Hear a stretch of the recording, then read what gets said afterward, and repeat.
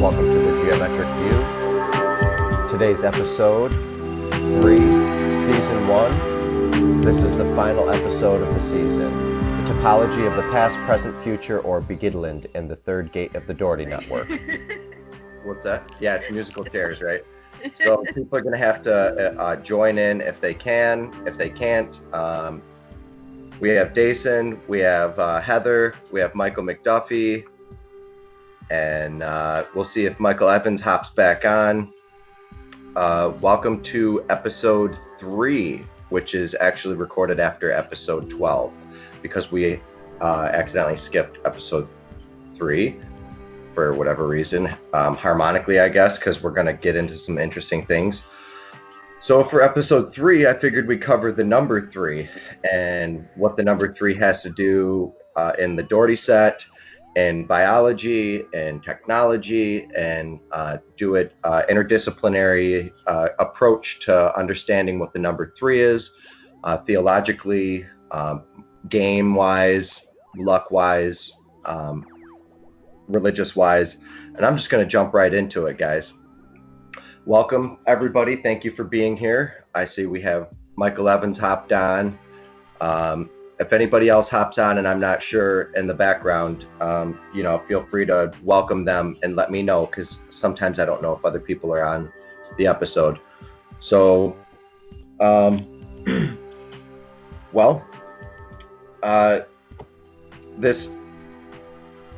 to the Geometric View. Thank you for being here, everybody. If I didn't already say that, this is episode 3.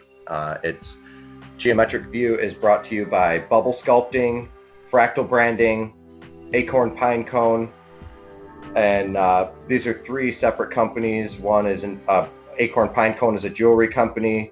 Fractal Branding is high voltage electricity into different surfaces, and Bubble Sculpting is an idea that Terrence taught me that I'm helping popularize around the world, because all the shapes that I'm making are straight out of the Dougherty set, and they're open-ended shapes, and a lot of the shapes that he's making are close-ended shapes. So anyway, please catch our other shows. We have the Electric View. This is probably around my 300th podcast that I've been on, and they're all around 3 hours long. So threes again, the Bright and Buddy Show, and the Buddy Dougherty's channel for the Universal Ones. Michael Evans is a longtime veteran. I've interviewed him a few times on quite a few of the different shows that we've been on already. If you're noticing some embers burning in the background, that's because I have embers going. And I also have a lot better setup for my mic. I plugged in my baby blue into my interface. So I should have done that a long time ago, but hey, here it is. And now you can hear my voice a little more clear. Episode, I do a map, and this is the map for today.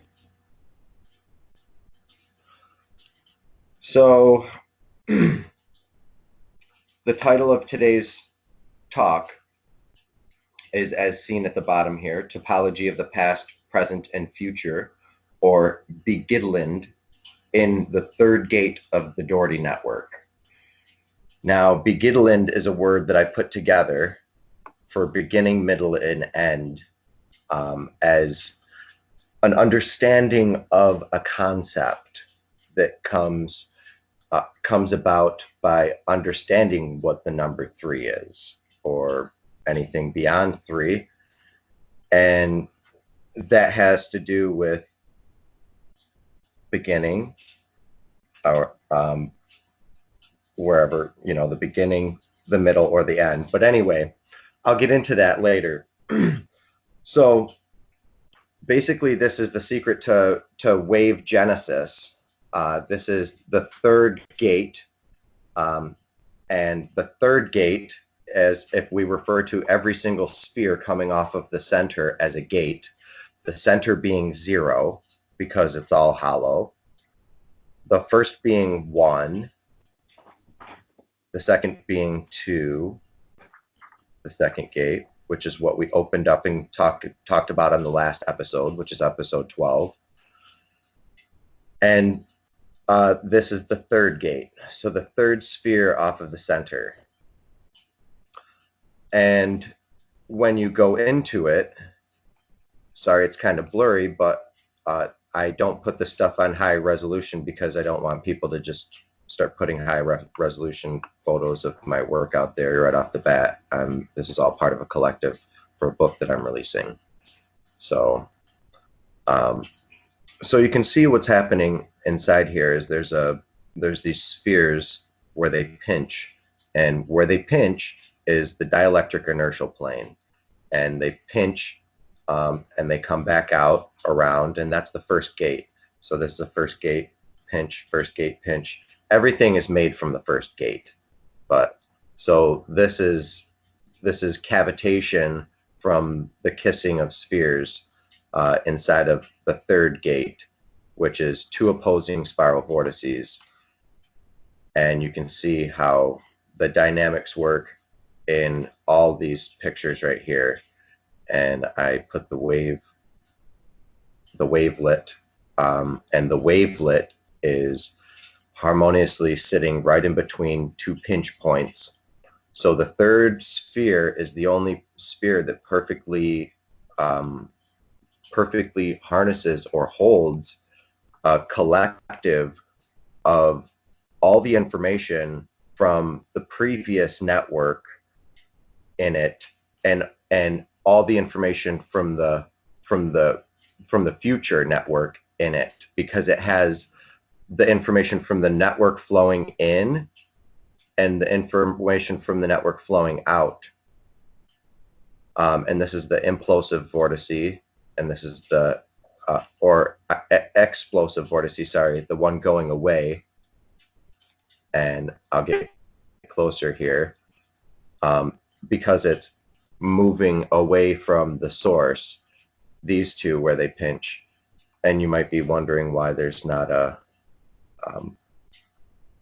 another sphere for down here. It's just because it got erased or something, but you know, there's one right here that comes in, and there's one down here too, but I didn't put it in there.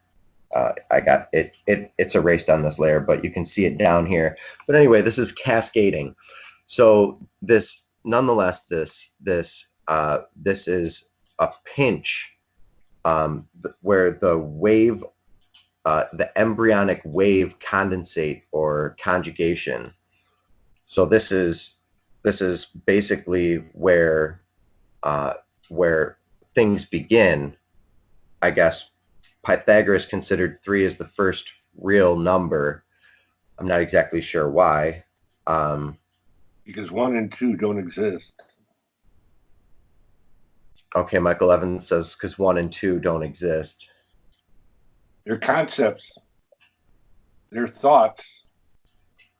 They're the pre-condensate matter. They're like the information that has to cascade and process as a crystal before it can become understood as matter. We're a process in matter. There's a long process here of information that's coming off of the center before the wave even starts to come into existence and give mass its pull mass out of tensegrity, out of the opposing spiral vortices from pinch to pinch inside of the third gate. Now this is the third gate heterodyning. I just connected them, and this week I learned an extremely important word, concept, and God, Indra, and Indra's net, and Indra's web. And this episode wouldn't have been as understandable or as profound had I not understood this concept and been able to pass off this concept to other people who might not be privy to it yet. Now, this is huge. Indra's net is really, really effulgent and a beautiful story, and a reality and a god, um, and in the Hindu culture or Tibetan culture, and it's it's a really enlightening, beautiful story. I wasn't going to get into it just yet, or maybe it is time to get into it because I don't have it here in my notes. So let me start there. Indra's net. Can we Okay. first explain real quick who Indra is so that people understand who the great god Indra is and why he has a net? Sure. Do you want to explain that? I was going to do the net and then who Indra was because that's how I discovered it, but we can do the other Oh, way. okay. No, no, go do your thing. I feel Yeah, like it's I didn't really know who. important. It is really important to know who Indra is, absolutely, and especially with this story, um, and how it parallels with everything that I'm talking about since episode one, and sonobiology, and every single creature being a pearl on a web, and it matches electromagnetism and the Hopf vibration, and twister theory, and it sits like a snug glove with eternality, um, and and cycles and yuga cycles of the cyclical universe that we are understanding, through catastrophism, science, and cycles of the earth destroying and being reignited as a phoenix burn. You know, there's a reason I put embers on today, and and because I've been transforming quite a bit this week, as every single episode and every moment of my life I'm transforming. And I had this thought that if you were in a forest and you were a bug and there was a sound that you needed to hear to wake you up, or if you were an animal or a creature, I would think that nothing more than the sound of burning embers would be the most alarming sound in the universe to get you to pay attention. Well, the reason I put "to get you to pay attention" on the end there is because it pulls your attention to it. And there's something to say with campfire stories and what campfire stories are. So as I move in this effulgent and movement of direction, who Indra is in Indra's net, it's really beautiful and important. I don't know. I don't think I have Brighton here. Do we have Brighton? I haven't heard Yeah, he from. usually comes on a little later. Yeah, sometimes he comes on a little later. Uh, so how about I pull up some images or a video and explain it, um, or we can explain it from my memory and your memory, Heather, of who Indra is. The Do you? easiest way to explain Indra's net is think of a Sorry. spider web. That everywhere that the web crosses over is a mirrored ball, which reflects every other ball in the entire web. Yeah. Yes, that's Indra's net. Indra's net That, is it. Okay, I'll pull up images while we describe it. Okay, while you're doing that, can I just tell everybody who Indra is, just so that those who aren't aware of him understand that he's an ancient Vedic deity, and he's like kind of like Jupiter and Thor and Zeus. You know what I mean? He's like akin to that. He's the Yeah. king of heaven, basically. So if there is a net that is Indra's, it's insinuating that it's a celestial net. It belongs above us. It's in the heaven, and it is held by the king of everything. And I posted a picture that I made too. You don't have to look at it, but it's of Indra. I tend to find gods in In, nebulaic forms and clouds and things like this. So I try to like filter them through a series of photo filters to try to pull the god out, or whoever it is, the figure out. So I have found Indra in the heavens, just find that interesting. Yes, and Indra is the god or the king of heaven. That's who Indra is. Indra is the king of heaven, and the Indra came along. There's a little story that goes along that Indra came along to this blue-skinned boy, which probably implies that they might have been ingesting silver, because it turns your skin blue.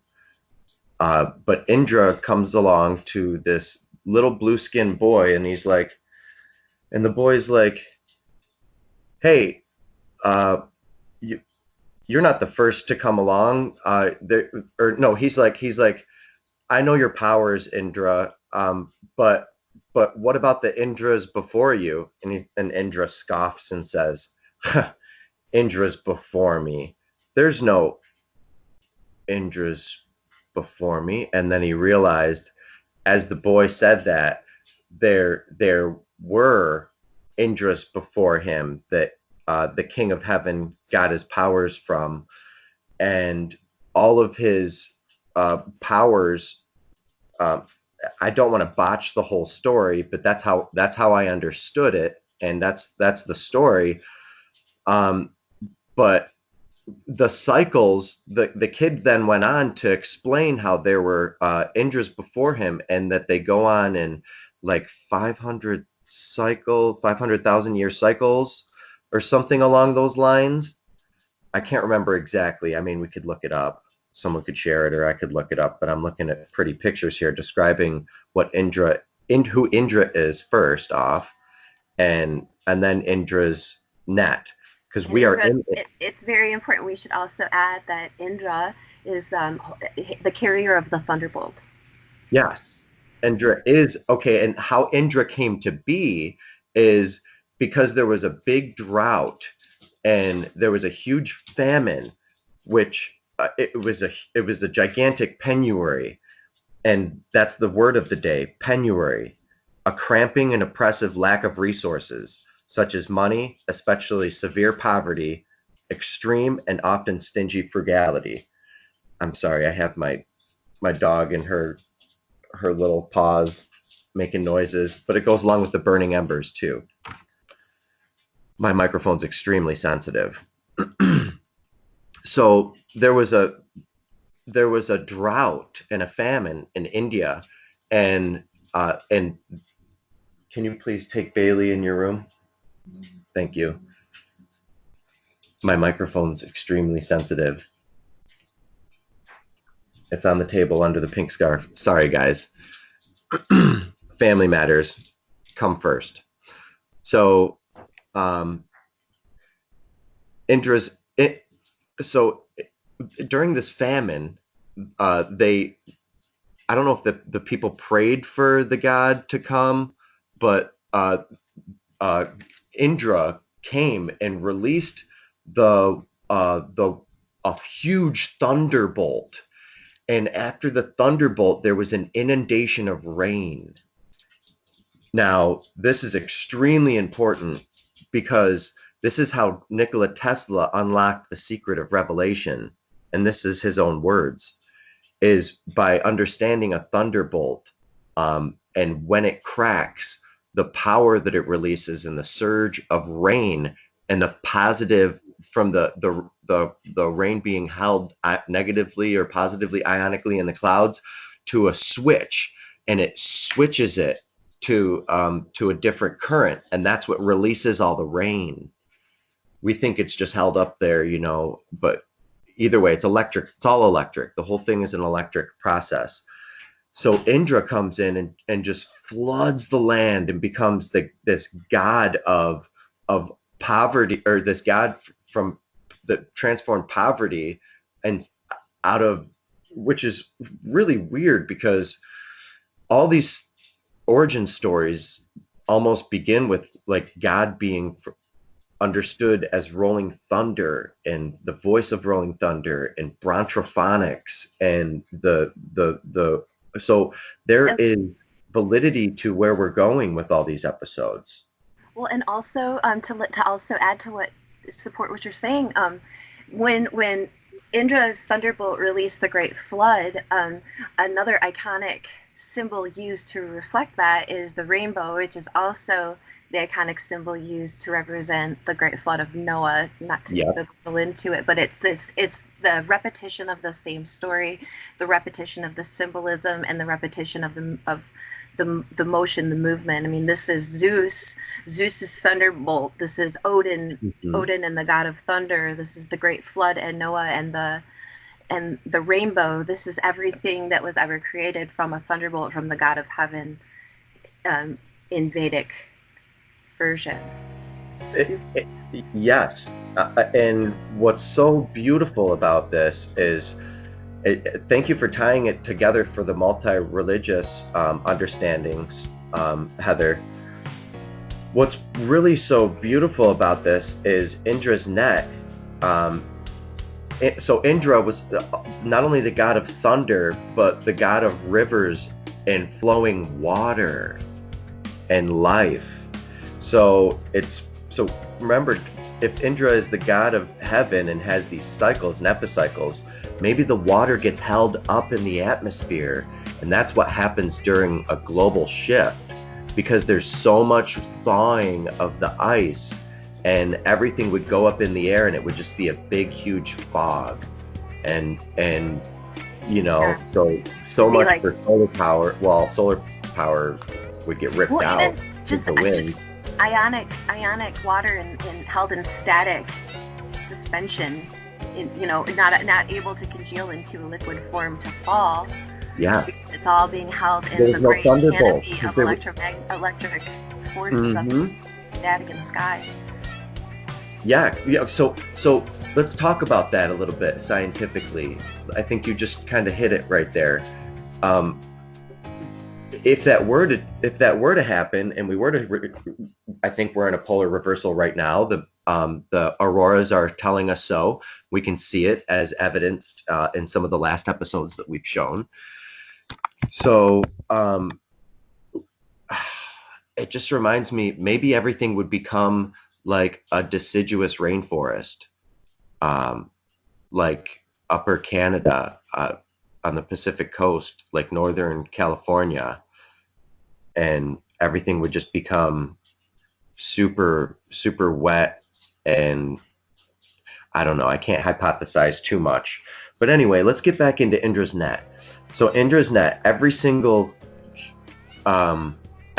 creature on the net resembles every other creature in the entire net. So this sounds exactly like quantum physics. This is actually the basis of David Bohm and Alan Aspect's understanding of some of these Vedic traditions that have been handed down for who knows how long. Now, I just want to go so many different directions with it, because you could talk about Alan Watts or people with a deeper understanding, and my mind went to what religion thinks about infinity the most, and if there's an infinite amount of infinities. And there's a lot of gods in the Indian Buddhist Vedic tradition, kind of over there, and that's Eastern type of thought. And some people claim Jesus went over there, and maybe these are the many rooms that Jesus is talking about. Yeah, Maybe Hinduism is the oldest surviving and practiced religion, by oldest, largest, we'll say, because I think Zoroastrianism is actually the oldest known as outside of indigenous. But this is the root of basically all of this. It can all be replicated out of the Hindu religions, because they're like so old. And these cycles and epicycles of eons and eons gets me to thinking about higher dimensional, larger boundary conditions of our solar system, and like the double layer boundary condition of the spin foam or vortex structure that we found outside of our solar system, where we're in here in a locked unit, helically moving with helices and subvortical toroidal nested subhelices and vortices, and you can look at this as leader strings and tail strings, because there's a push and a pull. But if Jesus is going to build a place of many rooms, this sounds kind of similar to the idea of Indra. And is Jesus an Indra? And some of the Vedics consider Jesus as the completion of the Vedic idea of what is and what is possible.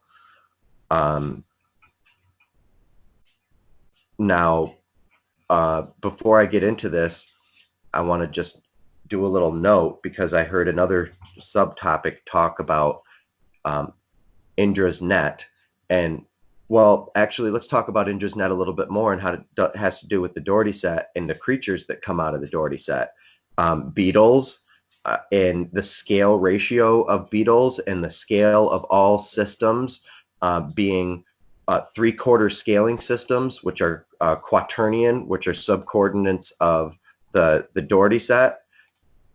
Now, I'm going to hop in and say this. This is the third filament. Or sorry, the number 3, the third gate, is the second filament off of the Dougherty set, because the first one and the second filament, sorry, I'll continue. So it's the second filament off of the what I'm calling birkeland umbilical nesting, and the numbers are as follows: 3, 6, 12, 24, 48, 96, 192, 384. So the numbers scale with quaternion doubling of the number before it, and the subvortices that are inside will scale accordingly to the ratios that I've just given you. And there is subsequent nesting outer and inner layers that exist as boundary conditions inside of these helical windings. This is number 6. 6 is nested perfectly inside of 3, because like I just said, 3, 6, the next toroid in the center would be 12, but I haven't mapped it. I was busy mapping another. It takes a while to do all these. So then the next one would be 24, then the next one, and this is ad infinitum, all the way down into eternity, as this trionic braid, or the binary braid, these binary braids, because we see filaments naturally want to wrap into binary, because binary is the most efficient type of wrapping. But we'll see that there's other types of wrapping that are much more efficient, but these are knots. This is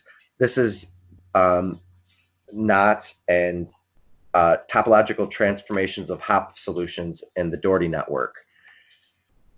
And because these are Hopf fibrations, but they're also toroids, they're donuts, and it's talking about the basic breakdown of vortex science and how to harmonically integrate each one of these information layers and have them harmonically braid the information as proficient and efficient as possible in a force-free field-aligned current and in a helical or wraparound azimuthal type of current. And this is electrical engineering, electrical dynamics, vortex science, the basics of how shells are formed, the basis of how wavelets are formed, how wavelets are condensed into a wavelet. And this is all based off of square root or inverse cube scaling. And the next episode, I had so many epiphanies this week. It's insane. So thanks for sending the love out there. Love is definitely watching. Thank you for doing that. 2020, we have clear vision and nothing but ginormous amounts of information in each one of these maps that I've been divulging. So you can see it in this view, and that's a lot easier on your eyes, I think, and you can really start to see the subtexture of the vortextures and how they helically bind, helically wind, and they're bound. So these are all of these shapes I'm pulling directly out of the Dougherty set, because this Dougherty set is inverse cube. That means that all of the parts and parcels of it are going to be the beginning fundamental geometries of how things express themselves and expand outward from a progressive type of reality that we're understanding, and all of because it's a logarithmic scale invariant reality that we're perceiving. There's a logarithmic scale invariant geometry that's going to expose the wave dynamics, and this is it. So this goes deeper into Russellian physics and actually quantum physics and cellular biology and technology, because technology, our filaments break down in the same manner, and our understanding of bits and binary bits are quaternion and octonian in their nature, their very nature. So getting on to number 3. Okay, the third gate holds the first mode of wave condensation. The wave is systolically held taut via tensegrity betwixt two opposing spiral vortices, like I said a little while ago. So 3 has always been some sort of a mystical, magical number, and in it being that very thing, I figured I might as well. Oh, I took a picture with my mouse there. Now it's forever embedded on the file. All right. So 3 is beautiful. 3 is magical. I'm gonna mention a few things and see if I cover quite a few, and then I'm gonna open it up like I normally do on every episode. And let's get into the secret of wave genesis and the opening up of the third gate, as seen here, which looks a lot like VW's logo, if you ask me. I had to double check VW's logo before I put this out there because it's so similar. Volkswagen. Anyway, so, and when you spin Volkswagen's logo, you get a swastika. So I wonder what you get when you spin this. All right. So to start off, like I said, Pythagoras considered 3 as the first real number. Michael Evans mentioned the first 2 as imaginary. Could be, and maybe 0 is imaginary too, but it's necessary to be the outer umbilical and inner umbilical that builds the progressive nested layers that all things emerge off of. This is an emergent geometry. It's a dynamic geometry, and the scale of it is why we experience the electromagnetic spectrum on our Earth, and I believe why we get plasmoids as living creatures and plasmoids in the sky that we can communicate with as angels. And if you remember, or if you try, they're there, but you have to be very careful because it's mostly spiritual, the whole world. You're in ourselves, we're mostly 98% space, and of that we have 70% water. So we're basically these on a water planet that mimics our scale in our material. And then you take it to the universal level, and the most abundant elements are as follows inside of our body and on the Earth as in the universe. So there's scaling laws, scaling ratios. I don't get too transfixed in where's oxygen, where's the elements, where's that will all come in episodes to come. I've figured many different understandings myself, but there's a simplicity to this. And let's go down a list. I'm just going to go categorical list of things that have to do with 3. Number 3 means good fortune. 3 is the first number that forms a shape, a triangle. 3 is the number of time. You got past, present, future, coming together as amplicons or whatever. Beginning, middle, and end. Beginning, middle, end. The middle as the node. The beginning as void, the end as void. Perhaps our collective is a sheet, and our intellect is part of the sheet that goes along with the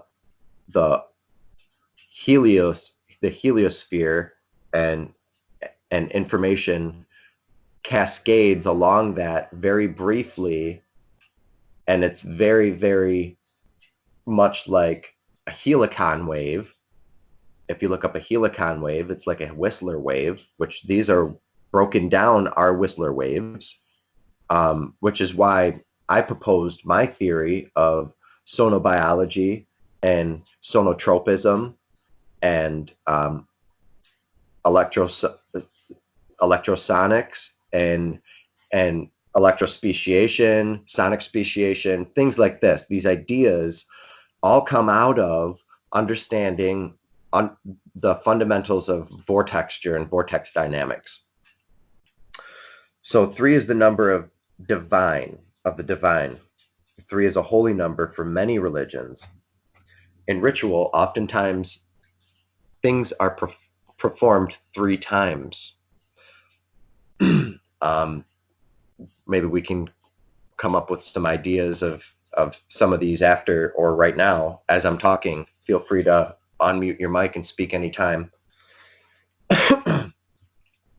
In ritual, oftentimes things are performed 3 times. 3 is the number of magic. We are all familiar with the saying, 3 times is a charm, 3rd time is a charm.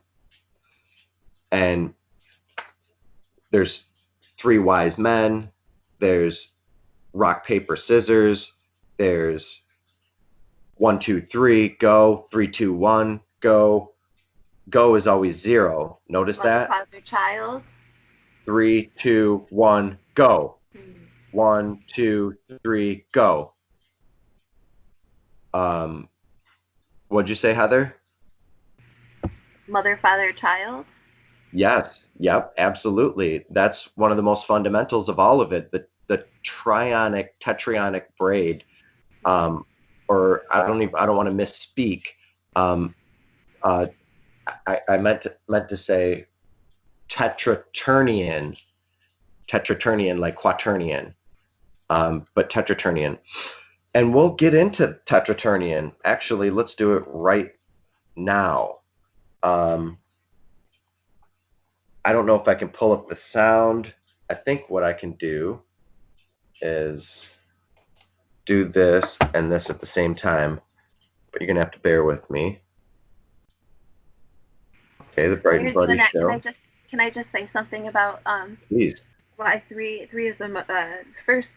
I mean, we live in a 3-dimensional world, right? Because a point is the first dimension, and then when you connect 2 points, one to the next, then you've got two dimensions, which is still not a form, right? So then we add the 3rd dimension in it, and it becomes a form. So the 1 + 2 = 3. Actually, the 1 + 1 = 1, because you have the initial thing and then the secondary thing, and then so those 2 things maintain their individuality, but then when you connect them together, they become a new thing, which is the 3rd thing.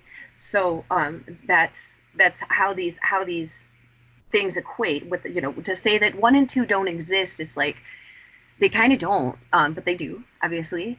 But when you combine them together, then those forces become the 3-dimensional thing. Then when it starts moving time, we get another dimension. But That's with the significance, because like a lot of times in art, say like compositionally, in the Renaissance art, the triangle was the most important thing because it did represent the Trinity, and it did represent the mother, father, child, and it did represent all of these things, but it also represents a very solid structure, like probably the most solid structure, right? The triangle is the form of the base of the mountain, and all of these other things combined, and when we add them on top of each other, they don't weaken, they strengthen. So these things all together also become the one thing that is the whole of the sum. So that's all I just wanted to say about that. That's great, and that goes right into the previous episode, and what I'm about to show, tetraionics, which I misspelled it here. I have to change it, but tetraionics, and that was our last episode, and it was all about it might have been our last episode. It could have been 2 episodes ago. I'm transforming through time cycles, clearly. But anyway, so without further ado, Heather, yes, it is mountains. That gives a great perspective. You add triangles on triangles, and you get structures. Now, I was talking about binary braiding. Now, check out what nature did. Nature created this, and this is from a show that I did. And let me know how the audio is here, guys. They're making with quantum physics. You can't have the quark arrangements in protons, get right, in neutrons is up, down, up, because opposite charges attract. You can't have up, down, because plus and plus will not attract to each other. That's, dude, that right there, that's the image. Yeah, can you pause it, Brighton? That, what is that? That'd be a folded protein molecule. Look at this image. Right, can you pull up the image on the side of the screen that looks just like that? That's blue. It's even blue. Is this what you're talking about, or on here? On this, yeah, in this side chat. It's triangles. Yes, that's it. That was the one. Circles inscribed around them, or inscribed within them.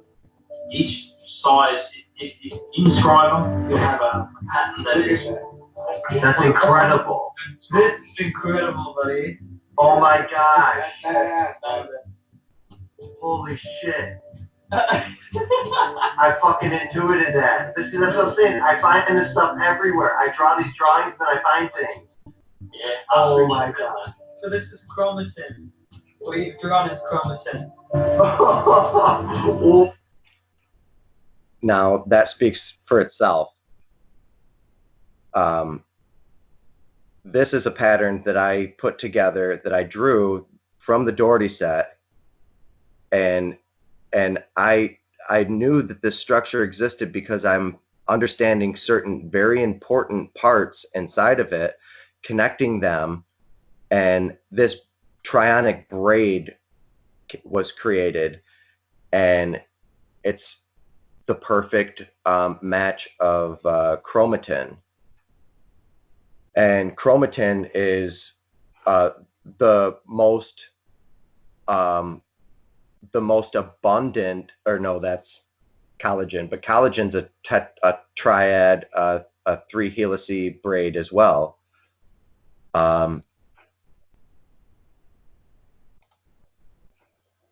So isn't that interesting?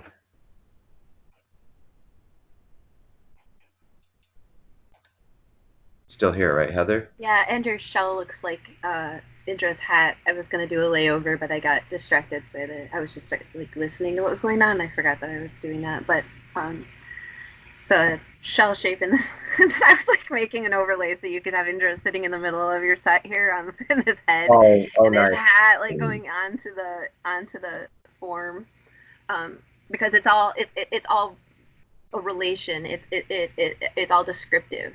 And one thing that's important is also that to reiterate always is that when we tell stories in lineage, we tell them in the form of parable, and we tell them in the form of allegories. So a lot of times the things that the ancients wanted to pass on to the next generations in future, they didn't tell in the types of ways that we're breaking it down right now.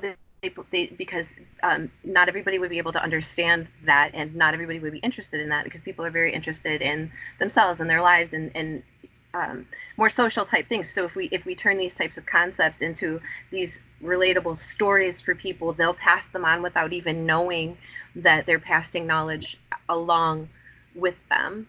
And so when you illustrate these things, and these things are coming out in ancient art, and they're coming out as Indra, and you're finding these shapes in these things, it's like the collective knowledge is expressing itself in a way like it is the true. I want to say true because it's all true, right?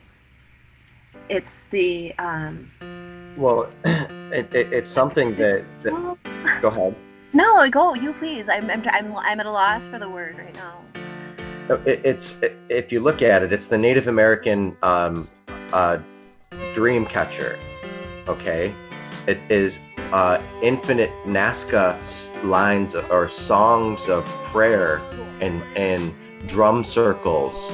It is passed down nursery rhymes.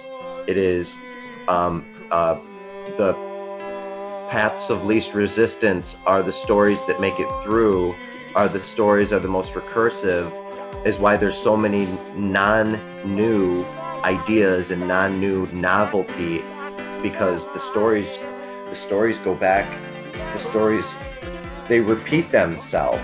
It's almost impossible to find new stories. So yes, the patterns want to tell us a story. Now, what's the story that the patterns are telling us? They're telling us about the dance of birds when they're mating, and why they pose in certain positions and poop their tail feathers up and swoop and go back and forth. And they're telling us about birds of paradise and their plumage and their feathers and their gorgeosity. What is color telling us? There's so much that color is telling us. Color is part of this as well. Yes, because color is a refraction of light. Okay, like color is a specific frequency of light EMF. So the color is extremely important because it tells of placement, right? And it tells of a specific frequency resonance being played. Color is crucial. Now, so that blew my mind. You can clearly see how everyone was blown away, and I still haven't got time to study chromatin, but apparently it's what tightens up DNA and is responsible for holding DNA and wrapping it around. So it is like the transmission wire or line between your epigenetics. So your outside antenna, your outside forces, tightening or coiling or uncoiling based off of your conditions, your DNA, and the type of pattern that it currently is in, because your DNA is always changing, and you can change it with your thoughts. And nobody wants to tell you that, but that's the truth of the matter. So, and your environment and your persistence of work and your character and your work ethic, and all of this speaks profundity for the royalty and regality of the beatific Victorian era. You just look at it and you're like, how did they do that? You know, or the Gothic area. And it's very astute, scholarly, wondering and type of mimicry of, well, all I'm seeing is people. But yeah, I was going to say type in furniture specifically, because I had this great prof in college who used to say, in most cases you tell the children to be careful of the furniture, but in cases of Victorian and Gothic you tell the children to be careful of the furniture, like the furniture will hurt them because it's so pointy and delicate, like it's sharp. Oh yeah, because it's because it's it's dark, and a lot of the stuff that they were wearing at that time was poisonous. That just also goes to show how much we value aesthetic even over safety or comfort. Well, what are you going to surround yourself with? Are you going to surround yourself with beautiful things? Because I mean, they have this kind of stuff at Salvation Army, bro. You can afford this. What do you want in your house? I'm not even kidding. I I'm want, not kidding. Go to Salvation Army. They have one of these, and they're like $30, and you're like, oh, all right. but the point is the mimicry of the shape, the fluidity of it, the awe that it inspires within us, and to see that, and it's just the replication of the form Of nature, and fine. it's curlicues, and it's helices, and it's paisley. It's paisley like there's let's look up synonyms for filigree as we listen to the embers burning. I really like delicate tracery. That's that's very nice. Delicate tracery. Lace work, Yeah, fretwork, yeah. curlicue, ornament, parquetry, parquetry, parquetry, I think it's parquetry. I festoon, think it's festoon. Look at the festoon on that glorious chair. the point of it is though that the design is representational of the the patterns that are okay. So like we're susceptible to the pattern of three, and why? Why are we designing things to look like things that are coming off of your third octave, your third node? Why are we so visually drawn to these? What is so appealing to them? It's calming. It's very nice. And it is a representation of creation. So anybody else want to jump in here? What is it about the number three that Three is feels the first number that starts to exist outside of our mind. 1 and 2 are concepts of the brain. Delacroix, the artist, said we should investigate whether straight lines only exist in our minds. 3 is the beginning, as you said, man, woman, child. It's to be 1. Nothing exists in 1 because there's nothing to have an example to bounce anything off of. 2 is a distance between 2 points of 2 points in where. 3 is the first time things become real. Things become dimensional. Not until 3. What goes on in the brain is not necessarily dimensional. You know, I'm having a problem, and the problem is like explaining Indras net. Indras net could be explained in 1 sentence. Everything is connected. Everything is a reflection of everything else. That's the story of Indras net. Yeah, and that's very much else, holographic. I just want to say holographic. That's all. Pardon? I just want to say holographic. That's a fundamental and holographic principle of a Yes, holographic universe, which and, is the David Bohm, Alan Aspect kind of scientist who came in after the plasma physicists discovered electricity and started understanding different things, and everybody thought it was conflicting, but no, there's both kind of the same things are going on, but you need a bridging geometry to bridge the two. Basically. And when you're at an elemental, as Indra's net is, and other concepts of Higgs and the beginnings of things, how things weave and create other things, there is no end of the things it can create. In other words, it can create any religion or ideas or thoughts. And the problem that I see, that I'm having, is that all of the information we have is based on things that have come before. So if there's something that's not exactly pertinent in the beginning, it keeps getting passed on and passed on and passed on and becomes part of the lexicon of reality. And in fact, it's not reality at all. Are you running for president? It says here, Michael R. Evans for president. Yeah, I did. Well, you should. I'll vote for you. I was in That's my vote. I was in art school, and they didn't have a class of politics. So I suggested that we have a vote for class president.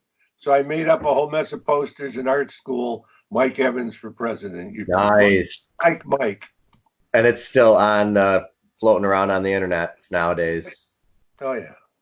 Nice. But what I'm trying to get to is, I've always been interested in the one thing that creates everything else. The one, and how it all connects. Mm-hmm. That is because everything else is possible. Every other concept is possible. Every other geometry is possible. And what happens is when we get stuck into a particular non-elemental structural occurrence, we can do whatever we can do within that, but it's not the elemental source. Well, check this out. You can understand the world like this. This is how I'm doing a good job floating through it, I think. Yeah. This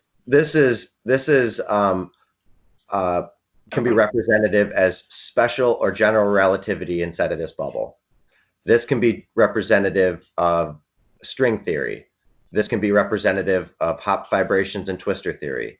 This can be representative of Michael R. Evans. This is representative of Clay Taylor. This is representative of Buddy Dougherty and Buddy Dougherty's set. This is Walter Russell back here. Meanwhile, this whole set or this lattice is an example of an Indras net.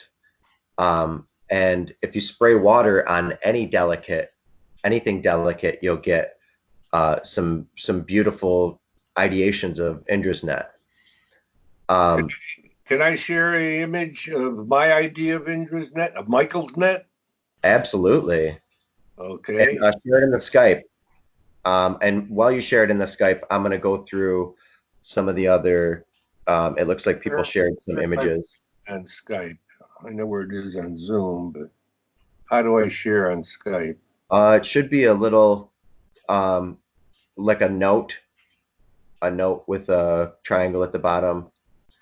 And then that should open up the chat. And then you can add things in that. I don't see it.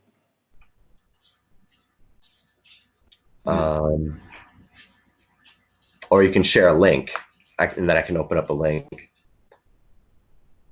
But I'm going to continue while you try to find that. So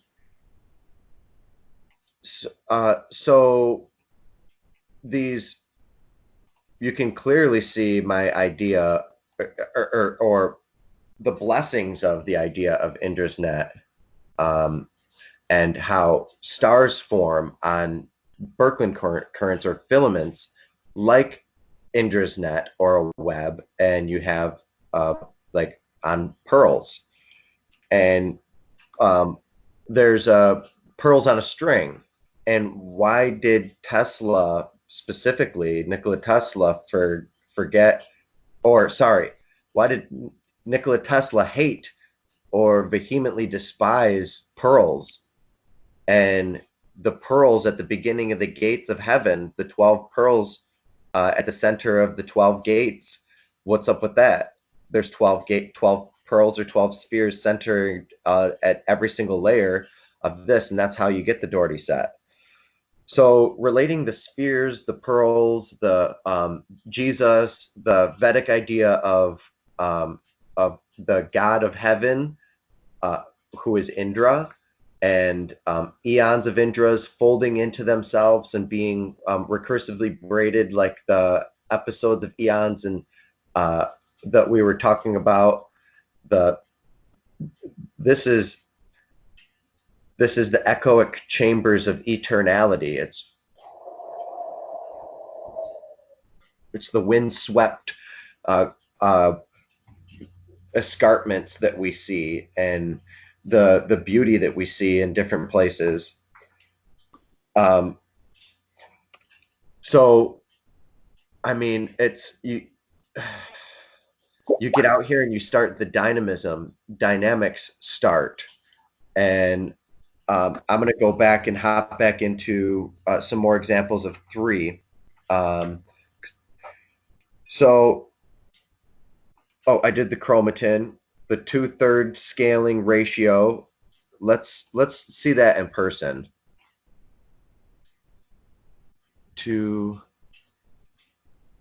Let's do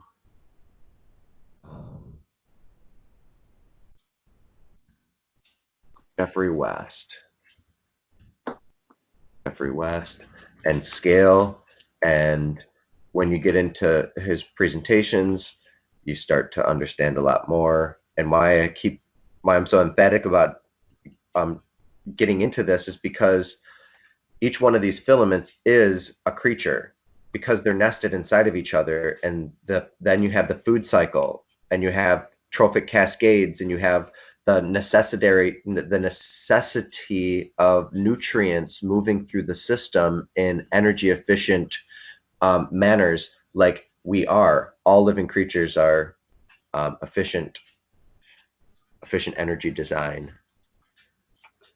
So there's a scale for universal scale of law of growth. And let's see if we can open it a little bit here. I don't know if you can see inside, but I have it and I talk about it a lot.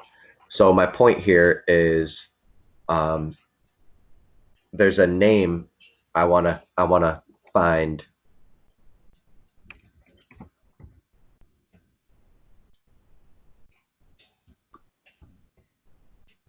Metabolic scaling theory.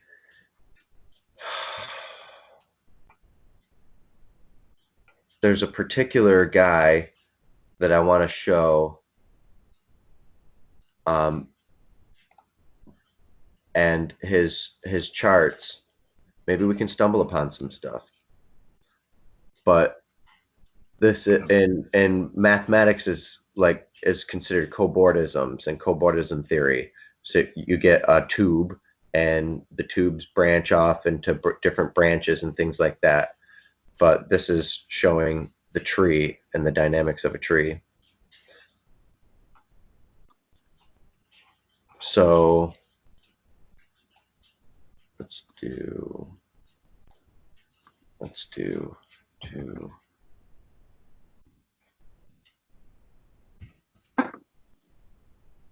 Two-thirds scaling theory.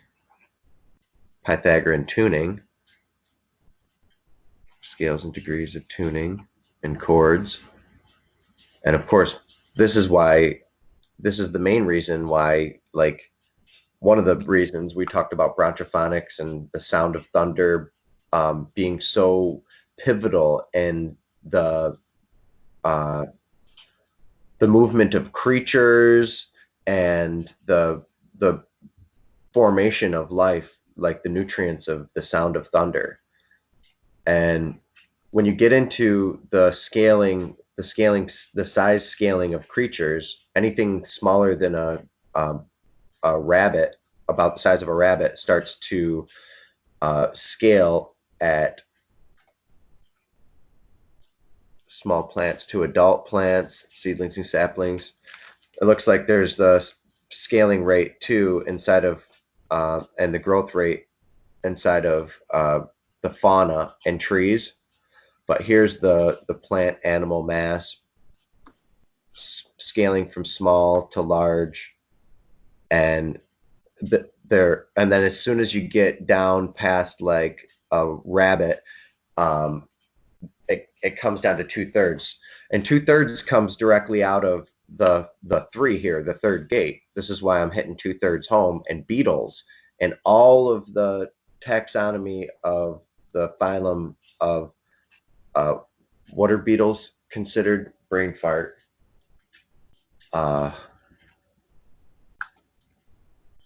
I forget the name of what beetles and all them are. So that's a massive brain fart. But anyway, so that's why you see the scale of beetles, and you see the scale of human faces, and you see the scale of different things inside of these, and it's very obvious. And then you get larger, and there's a scale of a 3/4 scaling law that is depicted right here. This is the 3/4 scaling law that Jeffrey West discovered. So getting into these as roots, these understanding these as literally dendritic roots of primordial thought fibers and bundles coming off of the sun. I believe that all life on Earth is inverse Birkeland currents. Birkeland currents that have come in and imploded and inverted and became the inverse of what a Birkeland current is. So whatever that is, something along those lines. And the space energy and the space protons and photons and all the stuff that's coming in and cascading through the Van Allen belts, and the sound that's trapped in here, that physics is just now starting to show that sound affects material realities and material things, but we knew that. And this is all about sonics and the sonification, understanding the sonification of the Dougherty set. I propose that the sonification of the Dougherty set equals reality. So to sonify this set or this network or this set of data, which there's one of the best sonification people who make music out of data at U of M. So I might be able to reach out to him and make things happen there. All right. So, man, more about 3. I think Heather had the best things. I can't say that Heather had the best things, but Heather had some really good points to hit home about the Father, the Son, and the Holy Spirit, or the Father, woman, child, and the family, the unit of 3. It takes 2 to make a third. And so let's look at this. Like, the center is the Father, 0. The Son, the right hand of God the Father, 1. 2 is something I'm not sure. Maybe our mouth, maybe consumption, and digestion. Did I lose the screen or I lost it? I zoomed in on it. Is that better? Sorry, motorcycles. No, I think I lost the screen. I'm gonna hang up and call back. Sorry, I didn't mean to interrupt. All right.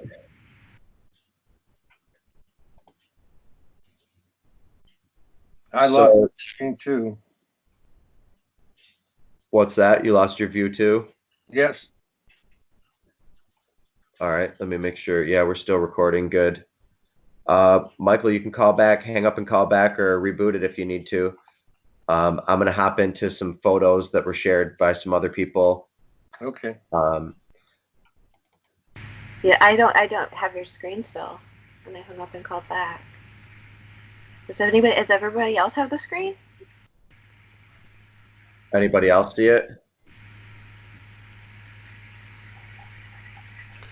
What are we supposed to be seeing? Like what you're trying to share? I'm seeing. No, I'm just seeing individuals, not anything other than that. Yeah, maybe retry to share your screen because I want to see what you're pointing. Okay. How long has it been like that? It's a few minutes. Like I said something almost immediately because I was like, okay, cool. Am I the only one not seeing any? All right. It's just let me go to share screen. All right. Sometimes it has blips like this. Thank you for being on the point, Heather. I just wanted to see what you were pointing to, and I was like, wait, I can't see it, and that happened last time, but it was just mine. So thanks for everybody. Thanks for your patience, and thanks for fixing it. Mm-hmm. I'm seeing now. So yeah, the rooms, individual pearls, individual dilations. I'm going to get into the some science about Hopf fibrations and Hopf spaces and Hopf solutions. That's HOPF, and because there's math and there's a very good interview, and I need to talk to Roger Penrose ASAP, but with Eric Weinstein, that was just released on Eric Weinstein's podcast. Shout out to him. But this is the big storm. This is the big swirl. Quantum physics has come to a stagnant halt, and all of the theories have come to a stagnant halt, and everyone's kind of looking towards other than electric universe. We're explaining a lot of things, but people are starting to pay a lot of heed to Roger Penrose's theory about twistors. And these are them inside of the Dougherty set. And here's Indras net. And here's, who knows, what I call many rooms. This is an image that I call many rooms because I think of it as Jesus building many rooms. And also you can see many rooms when you look at it. It becomes very dimensional. Here is some images that I started showing of some different dynamics. Michael McDuffie says thumbs up. Heather found looks like Indra. some Indra. That's Indra in the universe somewhere. His cool hat, his mustache, and his thunderbolt, and he's like coming after you. It's gonna make something happen. Indra's weapon, which he used to kill evil, Vitra, is the Vajra or Thunderbolt, which is what I usually wear on my neck every single episode, and I'm usually wearing. And I have them for sale. Really good, high quality brass made from India at Acorn Pine Cone, which is basically you got to contact me to get some or see me in person when I'm vending. So the Vajra, the Thunderbolt, other alternate iconographic symbolism for him includes a bow, sometimes as a colorful rainbow, a sword, a net, a noose, a hook, a conch. A thunderbolt of Indra is called Buddhadra.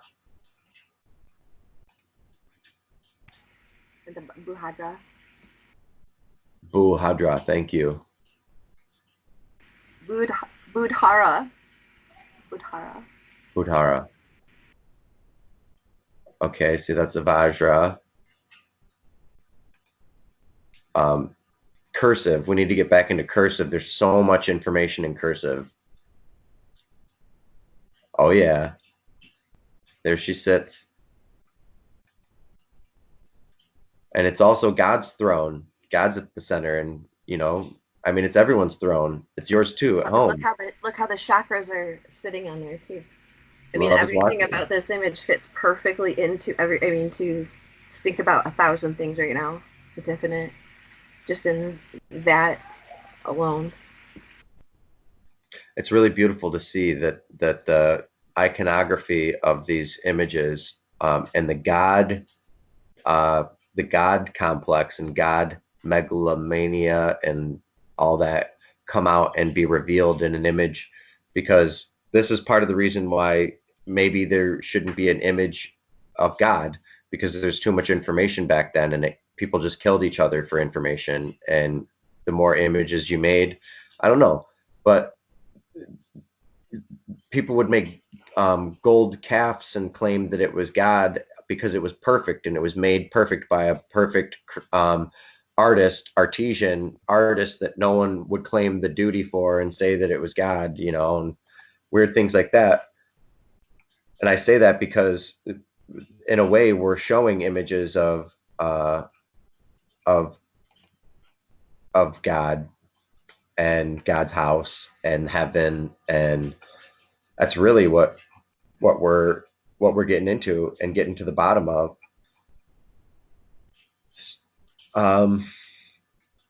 So three is basically I guess I'm pulled back to the pearly gates, why did Tesla hate pearls? Maybe we should type that in. Wait, too, this elephant here, from the small to the huge, and he's riding it on an elephant, and I just find that kind of a little synchronistic, don't you? Indra rides an elephant. And the way that this is like a scaling of size. It's interesting. Yes, it's sizes too. Size, body mass, tissue ratio to surface to inerts, also, and metabolic rate, because the size has to do with the metabolic rate of the creatures, and it scales the same scaling. So that has everything to do with the cramping, the grouping of branches. And I found the word and the science of it earlier, and I was going through it. Oh, you know what? There's a few things I did share on the news here, inside of. I haven't created a geometric view news, so I'm using electric view news to post some things to, and I'm going to have a spot where all of us can share content for the week. Once they find out what the title is for the next episode, they can share content or just cool stuff that you want to talk about during the week. So this is hidden space energy. I put this in here for a reason.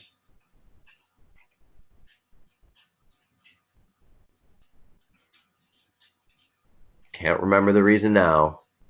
Joseph Campbell in the story of Indra from the Brahma Madhvar of Upashanda. I don't want to botch it, but I did. The power of myth. That's a good explanation of Indra's net. He does a great job of breaking it down. I thought I put something on here about what the word was.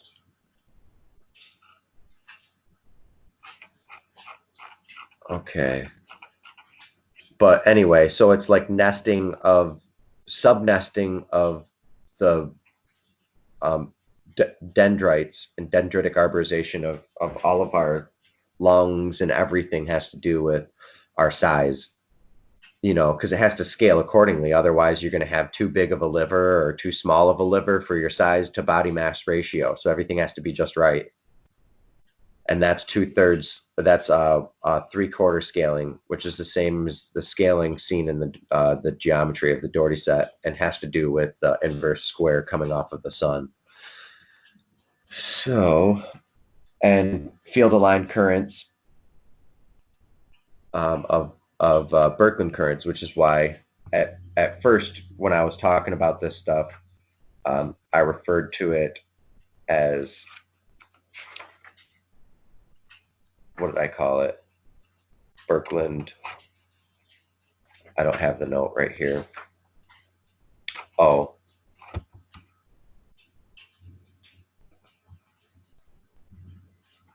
I don't have the net. I don't have the thing here. So now I'm going to play some images and some videos of caves. Actually, I'm going to open it. I'm going to keep it open. And I have some silkworm stuff and beads on a string from silkworms. And I'm just going to put that video on in the background, and we can open it up about the number 3 and have a conversation and talk with each other, introduce our guests, say hello to the new individuals that are here.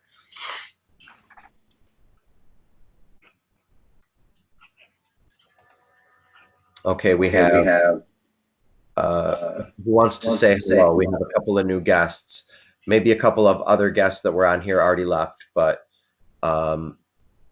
Brighton's on now. We have Benjamin, or Juan Benjamin, something like that. Can you say your name for us so we know how you and introduce yourself? Because you've been here a couple times. I'd like you to say hello. Or text in text, say Sure. something. Otherwise, I'm just going to take you off of our channel. Hello. Oh, okay, no worries. We're glad you're here. Well, yeah, there's a lot of people that I've probably taken off already that wanted to be on here, but nobody makes themselves known or prominent.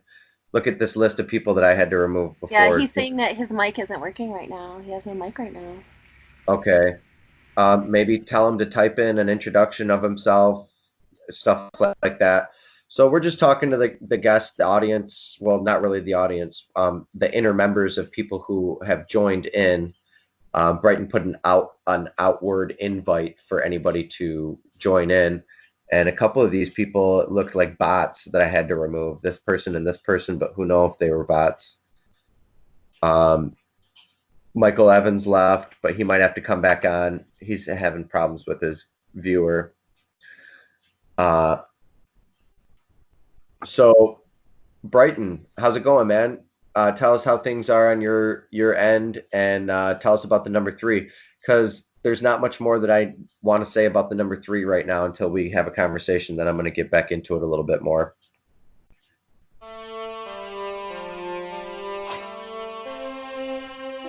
All right, maybe the embers are scaring everyone off today.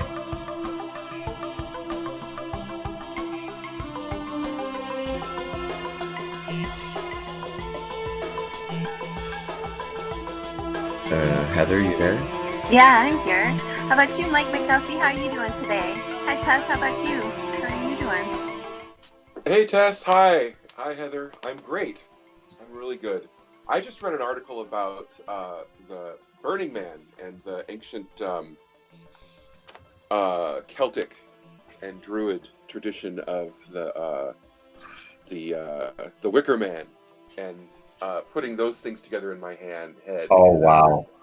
And understanding the potential connection between Burning Man and Squatter Man as ancient symbols that we turned into religious things. With regard to the number 3, the first thing from a cultural perspective is 3 indicates stability. 3 is the beginning of cultural stability.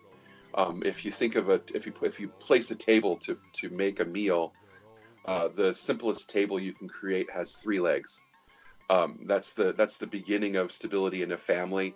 It's the beginning of stability in a culture.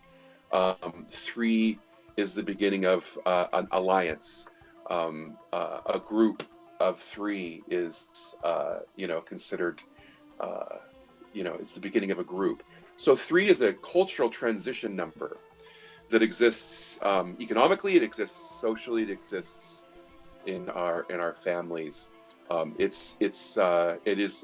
is in fact the number that transitions from 2 dimensions to 3 dimensions. We talk a lot about 4th dimensions and 5th dimensions and 6th dimensions, but from a human perspective, the transition from 2 dimensions to 3 dimensions is where the real magic happens, because it's where our brains can understand the difference in dimensions. The understanding of dimensional difference comes from the transition from 2 to 3. So these are 3 is a gateway. It's the beginning of us from a cultural perspective. There's a great book, The Beginner's Guide to Constructing the Universe. Is anybody familiar with that book? It sounds familiar. By Mike Schneider. He gives from 0 to 10 what all the meanings of the numbers and how they evolved. The Beginner's Guide to Understanding the Universe.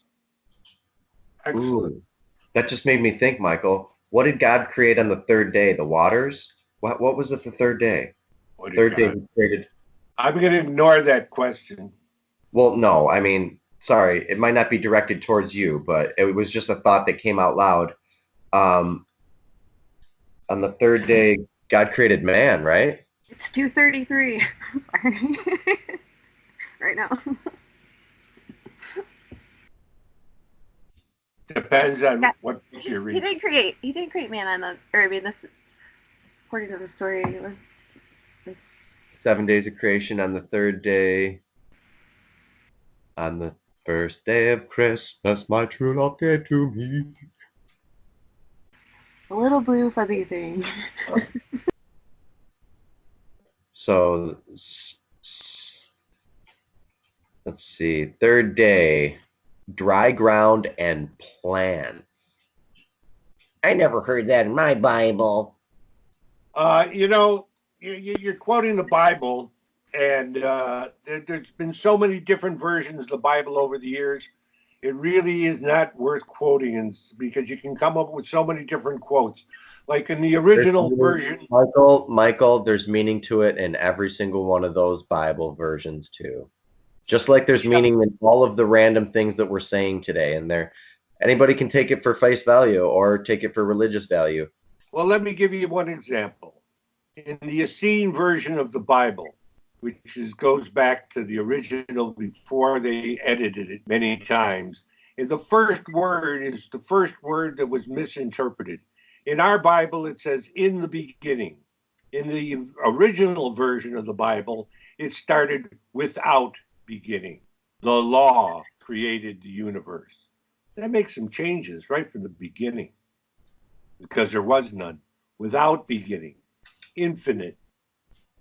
So well, I like God spoke the universe into existence, and that's Vedic and Hinduish and Christianish and Druidic-ish, and I mean, we know how powerful the voice is, and it goes with your geometry too. Something had to vibrate those little Treon rays into motion, right? no, Right, so they both make sense. no, infinity is infinity. It has always been. Well, There that's is why no beginning. I've learned, how much I have learned, and this is why I say this, how much I have learned from quantum physics as one bubble, and then emergent physics, and then Darwin's perspective, and then Nietzsche, and the Bible, and I mean, each one is like a little node on here, and it is Indra's web, it is Indra's net, it's part of our consciousness. We can't say it's this way or that way. It is, and that's how it's always been. I am Well, that I it's am. also, It just is, right? But we it's can also say the certain cage. geometries. You're right. I believe in certain sub-vortical, sub-component geometries, like the work you're working on and the work that I'm working on, and Brighton and many other people in the world. Terrence, Hannah, Yeah. and it's beautiful to see that when there's interdisciplinary, because there's not just one thing, like how many types of dogs are there? There's a bunch. How many types of humans are there? There's a bunch. Their DNAs, we're genetically different looking than Asian people, with their bodies. We're genetically different, and that kind of brings me into, I've been thinking a lot about indigenous cultures and studying them, and it makes me wonder that why are they usually always browner or darker in skin when you get any indigenous cultures? Any answers? Is there indigenous white cultures? Yes. There Thank are you. indigenous white cultures. Sorry. There very may well be one thing that makes everything else. There very well may be. And there very well may not be. Well, you can do that with anything, right? Right. I like this. I like the foamy look, the foamy feel of things, like texture, like beliefs, and how the circulatory system of things, how nutrients always finds a way how to move itself as an efficient distribution pattern. I can show you that right now. Oh yeah, where you got on your? Pull I it up. got I it can see your here. eyeballs. You can Just a steal the second. camera if you want. Let me share.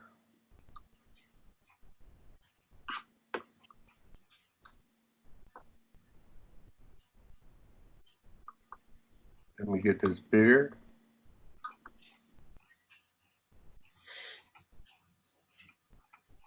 Can you see this? I can see you. I can't see the screen yet. No? Oh. I have to stop sharing, I think. Let me Yes. stop sharing. Okay, now you can share. Sorry. Okay, now I can see. And then make it as large as you can so we can see it on my screen, on your full screen. Just a sec. Let me figure this all out.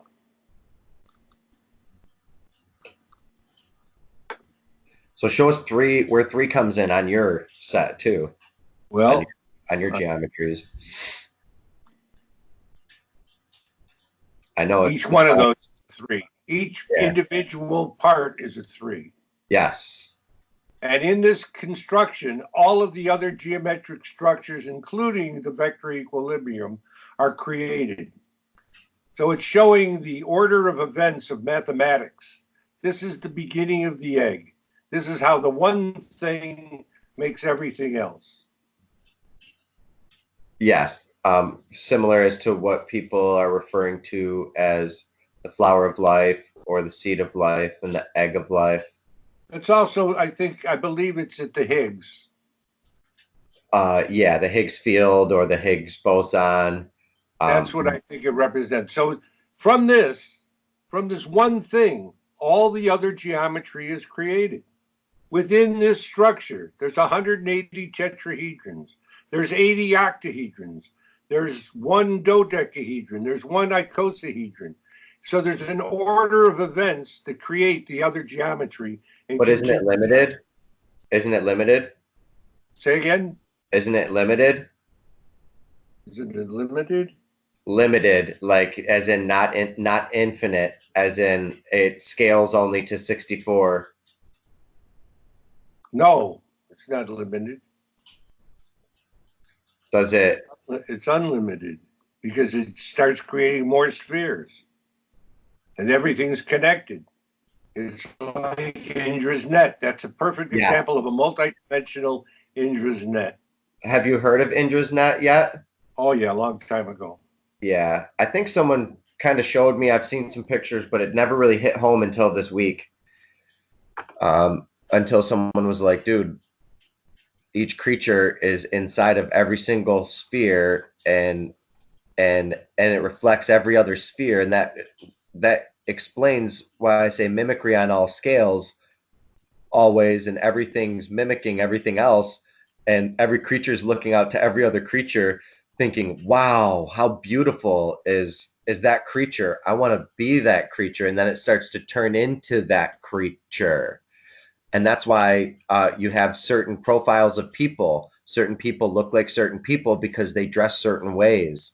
They become of what they want to become into.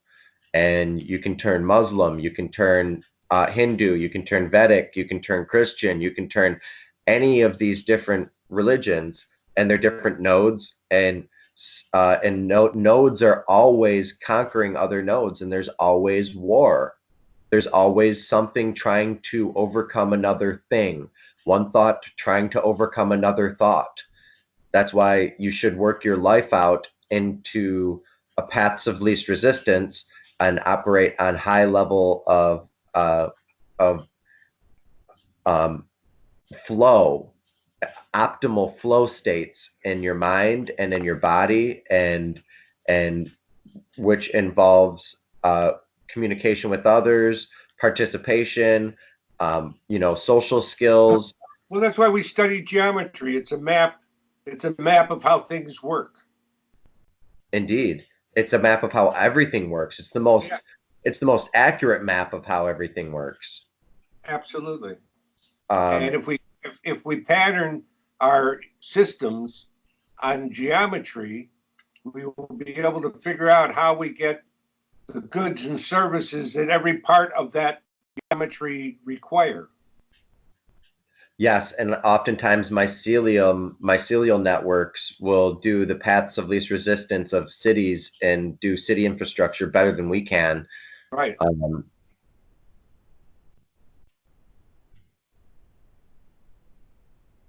I'm trying to type in mycelial networks, and mapping. Maybe I'm no longer sharing, am I? I'd have to grab mine again. Yeah, you're not. I have to grab it. Okay. Thanks for reminding me. Okay, so mycelial mapping,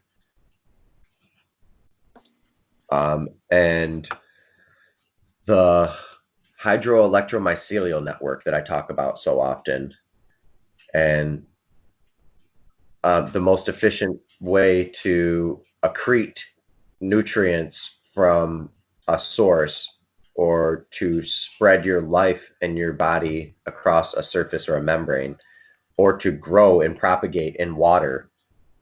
There's huge single-celled organisms, gigantic, bigger than humans, single-celled organisms, bigger than humans. Now, I'm not talking about this or that. We're just kind of going into wherever the flow goes, and you can see the mapping out of cities, but even more efficient and better by subsurface and surface, or dermal and subdermal networks, where you're working at not only the top but the bottom. Trees are communicating on all levels with the animals, the plants, and all the sounds, and they control the climate to endorse burning embers. The trees need the fire. They crave the fire, so they create atmospheres in their upper canopy, and they rain down. They can create a cavity right here that creates rain, and they can also seed the clouds.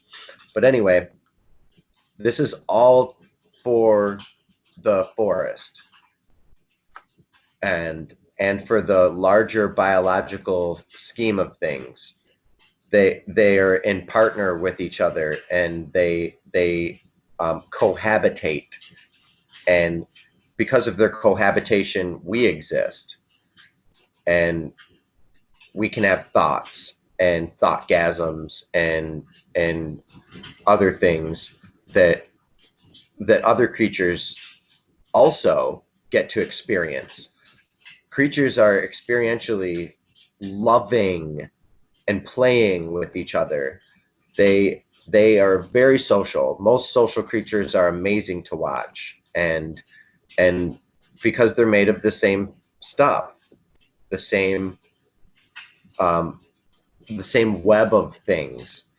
And this couldn't be more homely of an episode, talking about the web of things on episode 3, and 3 being the unit of completion and the first number of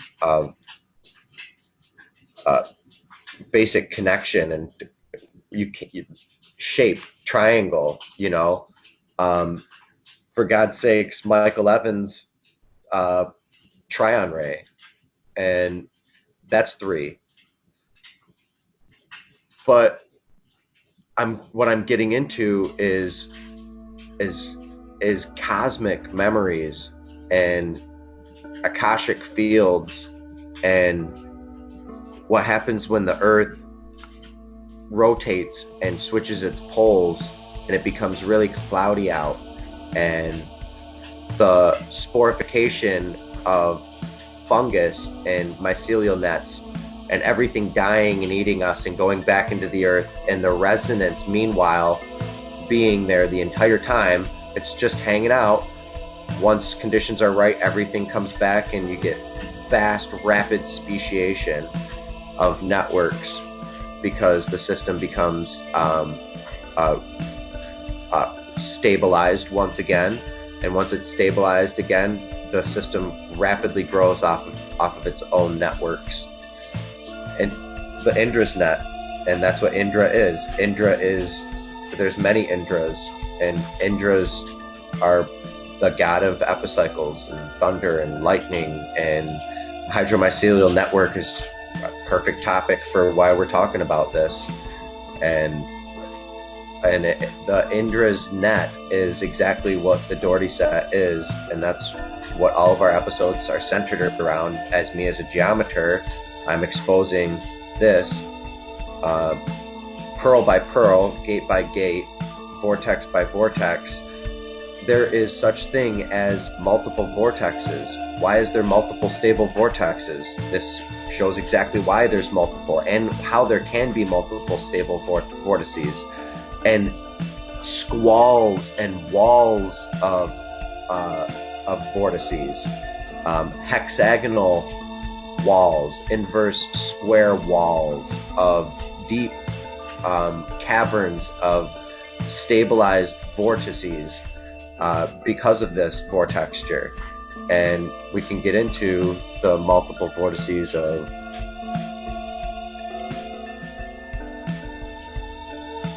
vortex on Jupiter.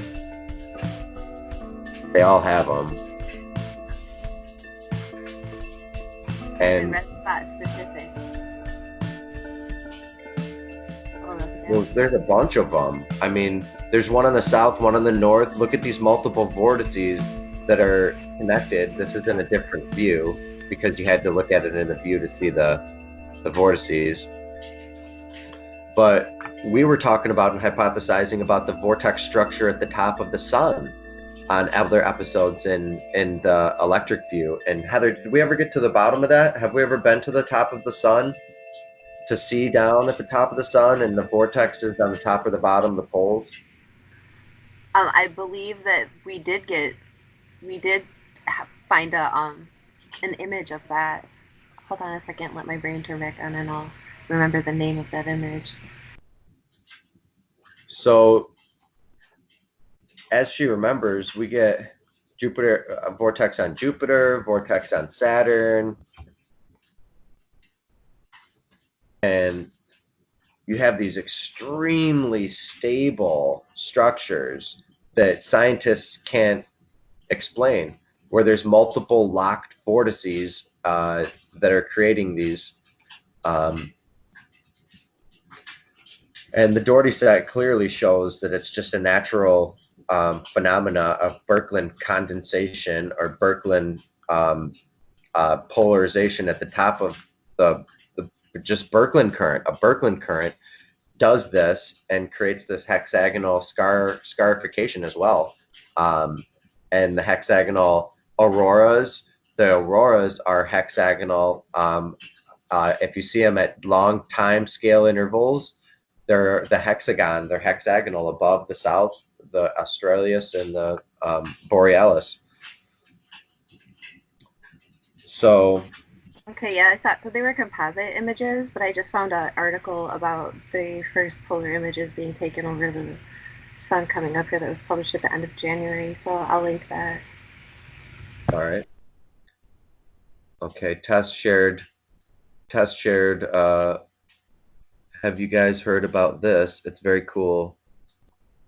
Biogeometry in Europe. I have heard of biogeometry, and they're getting pretty big. Ooh, Father, Son, and the Holy Spirit as plasma and or charged planets, which replace the mother. Wow. Oh boy. We're gonna have to click on that. But first, I shared a link. But actually, you know what? We'll go right to it, Tess. See what that's about. Pull that up, let that load.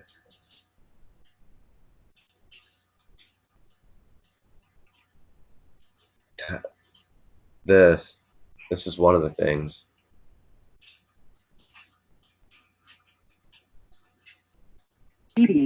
Timing is everything. So why wait? Start Farsiga now. Farsiga along.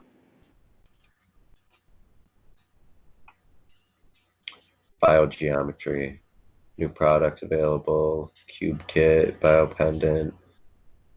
Yeah, this is where a lot of people are going and moving, doing things. Okay, yep. Wow. Biogeometry is an energy quality design language of shapes, colors, sounds, and motions aimed at resonating with and amplifying a natural energy quality combination that introduces balance to the energetic functions of biological systems. Okay. So hang a vajra from your neck.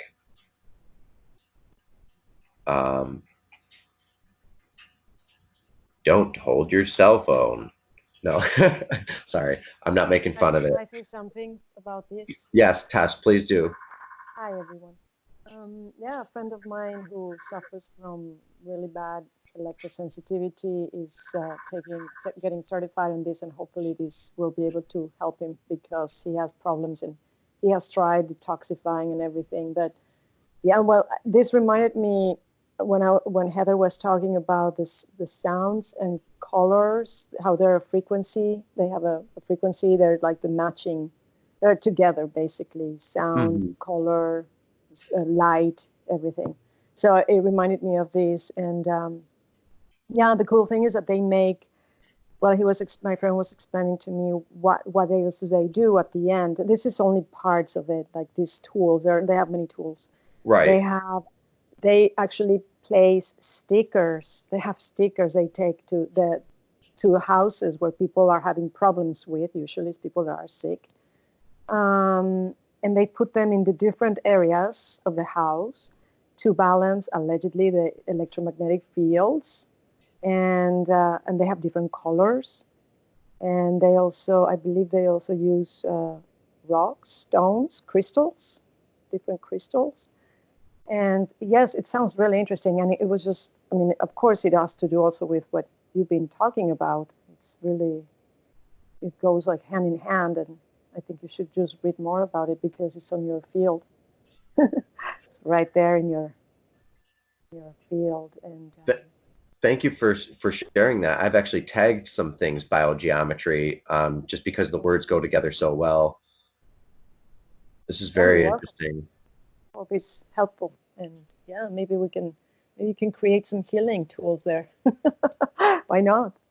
Yeah, because that's what I like to bring into the healing into it, at least once into every single episode. Sorry, Grandpa dropped his pipe. And this could work on healing with if anybody has ailments. Interesting. I want to take some courses. I'm at the point where I'm teaching courses and want to teach more. The student has become the teacher. And I'm always the student. I have not become the student. So this is interesting. Topological transformation of Hopf solutions in chiral ferromagnetics and liquid crystals. And as we get into this, I'll read the abstract. I haven't even read it myself. Liquid crystals are widely known for their facile responses to external fields, which forms a basis of the modern information display technology. However, switching of molecular alignment field configurations typically involves topologically trivial structures. Although singular line and point defects, okay, blah, blah, blah, blah. Anyway, so I'm just getting into this because of some of the shapes and what this is really, really important because this is the geometry of the toroid and Hopf fibrations and how they break down. There's some videos that I'm going to show, but this is the image that I wanted to show first. Is this article in the chat? Yeah. This article is in the chat. And as you can see, can you guys still see it when I click off of that? You can still see? Heather? Yes, I can see it. Okay. Because sometimes when I click that off, I wanted to know that if that was the one. Now look at this, dude. Here's the ripple. And we're going to get into this in the next episode deeply about Dougherty roots, Theodorian roots, and what Theodorian roots are. And all this stuff is just like blossoming in new fields and of research and stuff, and bioinformatics, biogeometry, quantum geometry, inner space fields like this. So, and Hopf solutions. So if you look at the surface here and you look at the geometry, the toroidal geometry that's happening, this correlates with this, which correlates with this. Here's the geometry of the toroid from the side. Here's this ripple. Here's the geometry of the toroid from the side. I can use this. I can literally trace this and make images with this, and anybody can. I mean, it's here. People give their information out for a reason. Use it. Now look at the dynamics of this, and the specifically this, and the Earth, and the picture of the Earth in the center, and here is the what are those? The Van Allen belts. And the Van Allen belts is where I was talking about the ambrosia for the sound of the chirps and the hisslers and whistlers and all that. That still comes through. If the sun is blotted out, all that stuff still comes through. All those sounds, and it might even amplify it. So that's the reason why, you know, birds, packs of coyotes, frogs, cracking ice, whales, they all mimic this sound because, in this shape, because it is the Bessel function. It's the basis of the Bessel function, and the collapse and the moving of the cavitation of a toroid and toroidal flows inside of a torus. Go ahead, Heather. It's okay. Now I took a bite of food. Sorry, I was on a roll. No, it's fine. It's fine. But I just wanted to say, like, arguably, excuse me for eating, but arguably those sounds are not just from the sun, but the sound itself doesn't come. Just arguably, okay, that the sound doesn't come from the sun, and it comes from the entry of those particles or those waves into our atmosphere, and that's when the sound is ignited or engaged and begins. It's from that interaction between us and it. Yes. The dampening. Yeah, not the actual. It's not like the sound itself is coming through space at us. That's the argument. That the sound itself isn't coming through, that the waves are coming through, and that the interaction of those waves with our atmosphere, with the body of the Earth itself, we're just a body, okay, causes that sound to occur.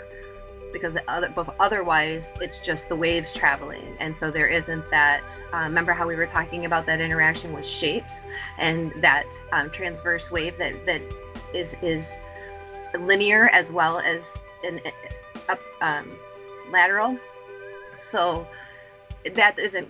They're basically just like waves coming through at a point, and then when they interact with an object, that's when the sound occurs, because from the transverse wave incurrence from a three-dimensional. Am I making sense what I'm saying? Yes, you're making perfect sense. And okay. The absorption and the wave absorption, and I'm getting interference over here. I'm sorry, I had to mute my mic a couple times, but the gist of what you were saying, because I got bits and pieces of it. I'm sorry, because my attention was fragmented. Is that, let me pull this image up. Okay, here's the sun, and information and particles are coming in, and let's say the Earth is right here. It's not the sun making those sounds, but it is the interaction of the energy coming off of the sun interacting with our atmosphere, creating the sounds. Exactly, because even those sounds wouldn't be audible to us without equipment, without an audio receiver, because a lot of those sounds come in radio wave frequencies, and we don't hear in radio wave frequencies unless they're translated to us via an audio receiver, a transmitter. Hang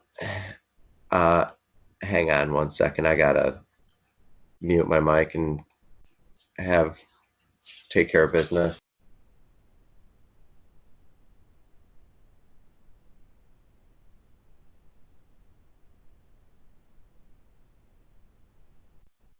Sorry, guys.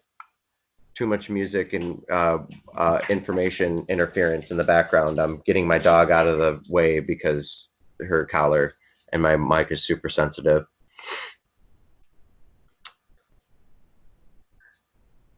All right. So yes, Heather, I believe you're correct in saying that it is the interaction, but it's not just the interaction of the particles coming in. That the energies of each and individual particle coming in, but that's where the helices are made. That's where the binding of these rip roaring currents are stimulated in this froth of brine of information that's out here inside of our Van Allen belts. And why there's Van Allen belts to begin with is to circulate that undulation and the yearning and the gut groaning of Earth. And if we want to go back and rewind, we remember that back in the day, the Earth had groaning pains, and the rocks were crying out and making noises, and things were glowing. You know, things were just glowing, and charge was so much more abundant. So yeah, it's a lot of stuff. It's not just this, but my theory here is that the sound interfering with the atmospheres and everything like that, but ultimately the sound, that's why the creatures are a lot more in tune with the electromagnetic field, and they know things, they feel things, they see things, they can see it. And we've lost that vision, that touch, or whatever, for whatever reason, in some capacity or another. And that field, that might be a field line current that they see. That could be the field that we see, the tunnel when we die, we see it. Could be tunnel vision. I mean, I'm not sure, but it's the cyclical nature of us going around the information that's coming out of the sun. Because if Jupiter used to be a sun, information was coming out of theirs too. But all of our planets are cross-tailing and having cross spin and relating information. Tons and tons of information from Jupiter is being rained down on through the atmosphere and down onto Earth right now, in the forms of bacteria, extremophiles, all sorts of weird things.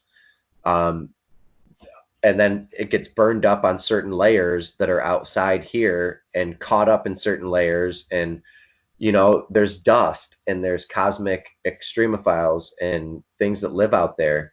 We have no idea the science of seeds, how much seeds can endure in space.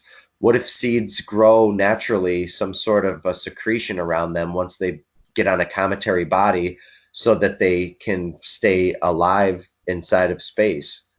You know, I don't know. Have we experimented much with seeds in space? Anybody? Seeds in space. I know that we've experimented some with seeds in space, and I know that one of the most durable, like, handles radiation the best and survivability is a morning glory seed. And that's interesting because morning glories are like, their seeds are toxic to us. We can't eat them, but and they're invasive, and they're part of they're part of the Convolvulus family, which is like what grew up the Onceler's house in the Lorax. It's like a form of bindweed. So they're like, we think they're beautiful, and they are beautiful, but they're also kind of like cockroaches into the plant world. Or like, you know, like you can't really kill them. Well, it's like digestion. Yeah, like everything, the purpose of digestion is a trick from the plants to get their bodies all over the world. They're only using us as vessels to move their seeds. You know, that's the whole purpose of their seeds, is disbursement of, and using, because they know animals are there, and they know they were grown to be the appetite for certain creatures, so that it can go through their fecal and be transported by the billions and tons from Bear Dookie. I mean, seeds are resilient. Seeds are the shape of the whole entire memory of the entire structure. And they condense into these tiny little pearls, these tiny little shapes, these tiny little seeds. I mean, they are seeds, you know? And the shape of seeds are certain shapes, you know? Seeds are this shape or this shape, or seeds have a certain shape to it, but they always usually have an indent or an outdent, a point, an indent, a divot, and a whatever, rivet. So indicator. Well, the one side at like the flat side, say, or if, you know, one end is the root structure. One side is geared toward growing in the ground or earth, or one end of it is searching for one thing, and another end of it is like an opening and it's searching for something else. Seed germination. Seed germination. Let's watch this happen. Okay, these things are alive. These seeds, they have a mind of their own. They know what direction's up, what direction's down, just like we know our mouth from our anus and all other creatures. I'm alive.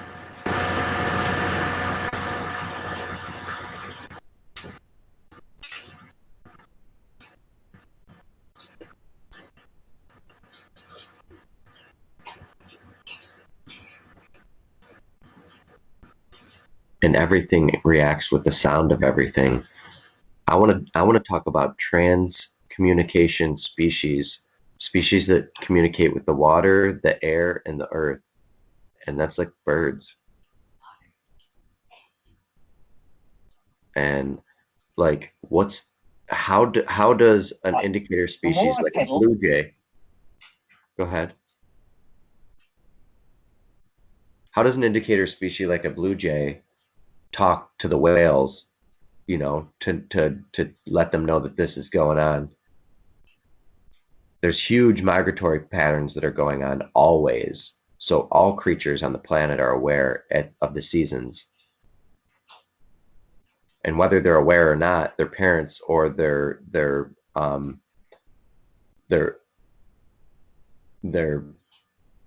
morphic fields, their morphogenetic fields are telling them what to do.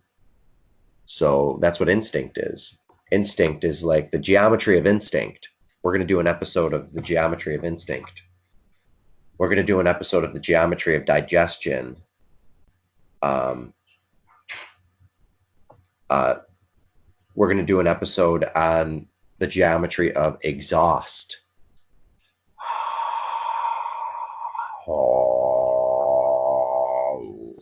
Exhaust. Things exhaust, and they all make different sounds when they exhaust. And I'm excited to get into season 2 and change it up a bit, because every season I'm going to change it up just like I do with every episode. You got to have variation, otherwise the episodes get boring. And there's a lot to each one of these episodes. Typically they run around 3 hours per episode. So that gives us about 45 minutes left to this episode, if we go about the timing, but we've never really put a time limit on things. And on almost all the podcasts that I've done, we've never put a time limit on things, and they've all been right around 3 hours. So maybe that's just like the endurance, our capacitance of, you know, maybe you just got to go potty. I mean, but 3 hours is generally about where we kick it. Can always do it early or late. So I loved on the Matrix how the gardener lady, who's like the oracle, she's a gardener, of course. Just love it. I have that gardening in my blood, but I haven't done much of it. I'm filled with plants, and I'm getting deep, nosediving deep into them. So as I become more into nature and more into these episodes and growing with the community of you guys and everybody out there, the audience and my home team here as us, the geometric view, it just brings me closer to plants and the roots of things. Plants are super important. They're the rulers of the world, really. I mean, it's important. It's crazy to me that we live amongst these beings that surround us and that we're so dependent on, and we eat them, and yet we're so negligent of them and ignorant of their being.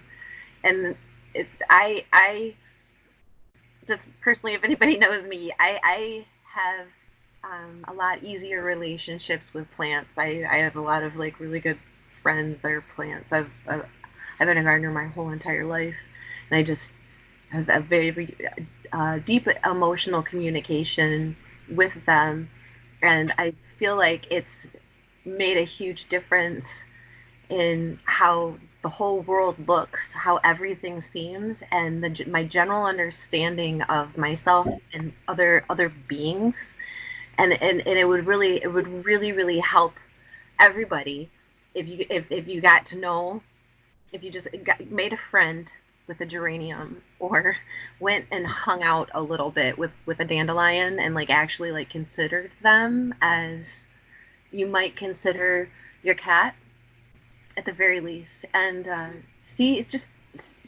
what a bit of a difference it makes for you.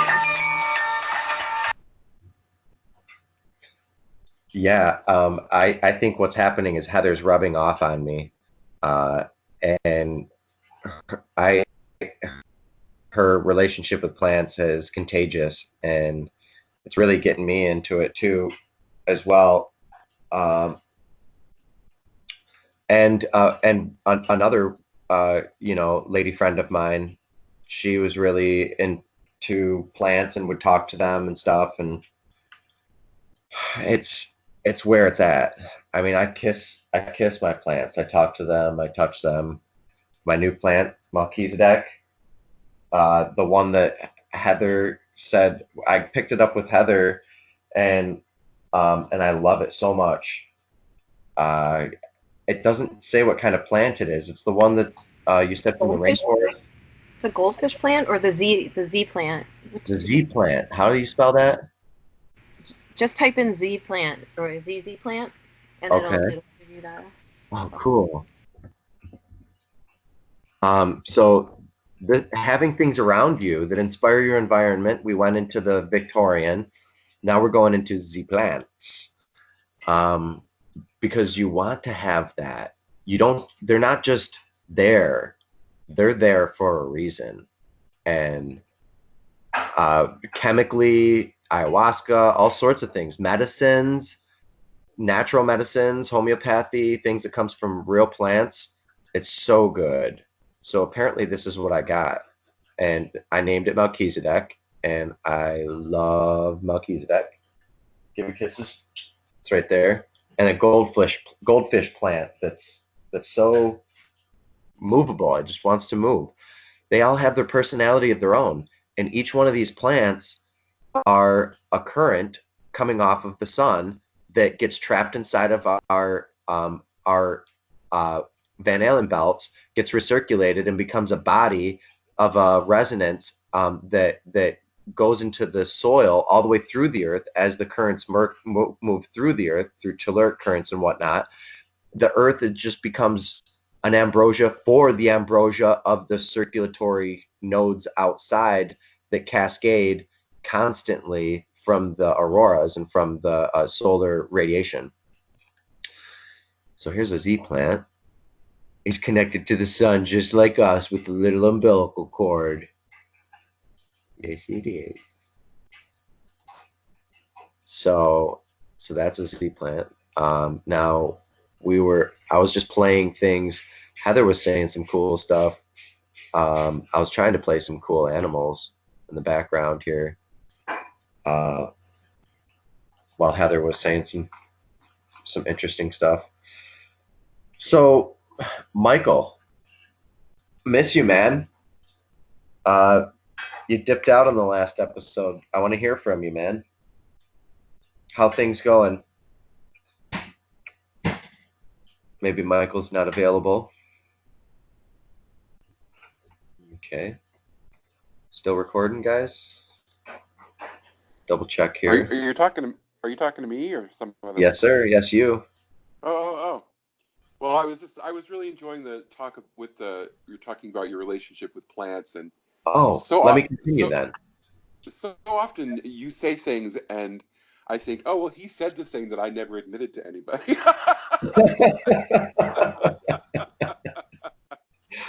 That's why I felt like you had to say something here. And I've always had relationships with plants. My mother was a plant person. And a horticulturalist. She had house plants, So she had her little friends, and she believed in talking to them, and she had this idea that they liked her. Like my mother was that person. She believed the plants liked her. Like that was kind of a cool thing, and that they would. They're dependent on her. Yeah, and she kind of had this idea. Yeah, they better like her. It's not that it wasn't right. It's just that it's indicative of her. She had this abominable ego. She had this idea of how love worked, and it was pretty beautiful. But I kind of took that in myself, and I grew cannabis for years. And you talk about seeds. We would choose the seeds based on viability and previous plant performance. So our best plants would produce the best seeds, and we would it was sort of how horticulture works. So you have kind of this invested relationship in the seed because it comes from a mother plant which you preferred and liked better than others. So it's a generational issue. And the idea that you would plant a seed in the ground and love it and care for it and take care of it, and the little baby tiny plant comes up and it's really cute. It's kind of Groot, it's like this kind of little vulnerable thing that's in your hands. And as the plant grows, it becomes more and more formidable. It asserts itself. It has its own life, its own opinions, its own ideas, its own illnesses. You go through this life cycle with this living thing. And in the end, you harvest it and light it on fire and breathe it into your body. That's a really interesting kind of a life cycle for a living thing. And it's a really interesting symbiosis between cannabis and human beings that's been going on for as long as we have records to show. These relationships they're multi-beneficial, but they're also symbiotic in ways that are less subtle, less obviously beneficial, and more sort of like subjectively beneficial, and more relationship and connection and oneness with the universe kinds of things. And I love the idea of translating some of the new age sort of ideology into sort of practical experiential sort of life experiences. And certainly me growing cannabis back in the days when it was illegal and still sort of fun to grow because it was illegal, really was that experience for me of like my relationship with the life cycle of a plant and understanding the value and the benefit and the interactive nature of each of the plants that you grow. And they all have different personalities and different responses to things. And they're interdependent. That's why your mother was like, they like me. Right. They needed her. They better damn well like her and like try to get her attention. Well, exactly. Producing some subjective necessity that she enjoyed. And this cannabis will do the same thing. It will be like, oh, they like this about me, so I'll exploit that in myself and make that more of me. And that's what cannabis does. Well, or not to get too deeply into her psychology, but her idea was that that there was this interactive relationship, that that that the plants benefited from the fact that she knew that they liked her. So she had a whole construct in her mind of that motivated her to care for the plants, and it was quite real to her. And the point is that she made fun of herself in this way. Like, this was her humor. She would kind of say, oh, well, you know, my plants love me. Ha ha ha. She never took it very seriously, but you knew that she wasn't kidding. Like, she thought of it as a funny thing to say. She thought that other people would think that that was funny, that she would feel that way. But it didn't mean that she wasn't sincere in her feelings. And I thought that was an interesting relationship, that many of us live on the fringes of consciousness and awareness of things beyond our own understanding.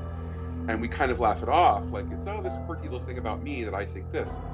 And really, that's how those realities fit into our current cultural situation. But just because she made light of the fact that she had relationships with plants, and she didn't take it seriously and demand other people respect her feelings for plants, doesn't mean it wasn't more real to her. It just means that she understood the context of her relationships with plants in the larger world around her. And I think that's an interesting thing too, that, you know, one of the things that you guys do that is, I think, really important is you present really amazing ideas, but in a really positive and light. And one of the things I struggle with people who are on the fringe of science is that we feel we need to be driven by this, you know, exposing the conspiracy and the lies behind things and da-da-da-da-da-da.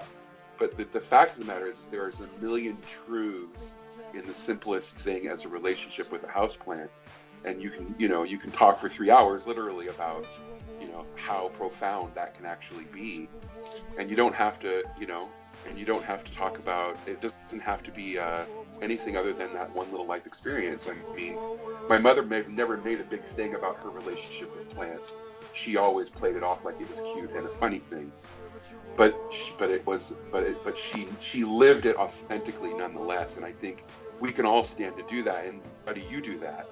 You know, you understand that you think outside the box, but you also aren't apologizing for it. And I think that reminds me of my cultural heritage, how I was raised, and it feels very familiar to me, not unlike the houseplants that I live with every day. I'm looking at a houseplant right now that is in a vessel that my mother gave me, and I think of it as my connection to her. When I water the plant, I think of her because she gave me the pot that holds the life, you know.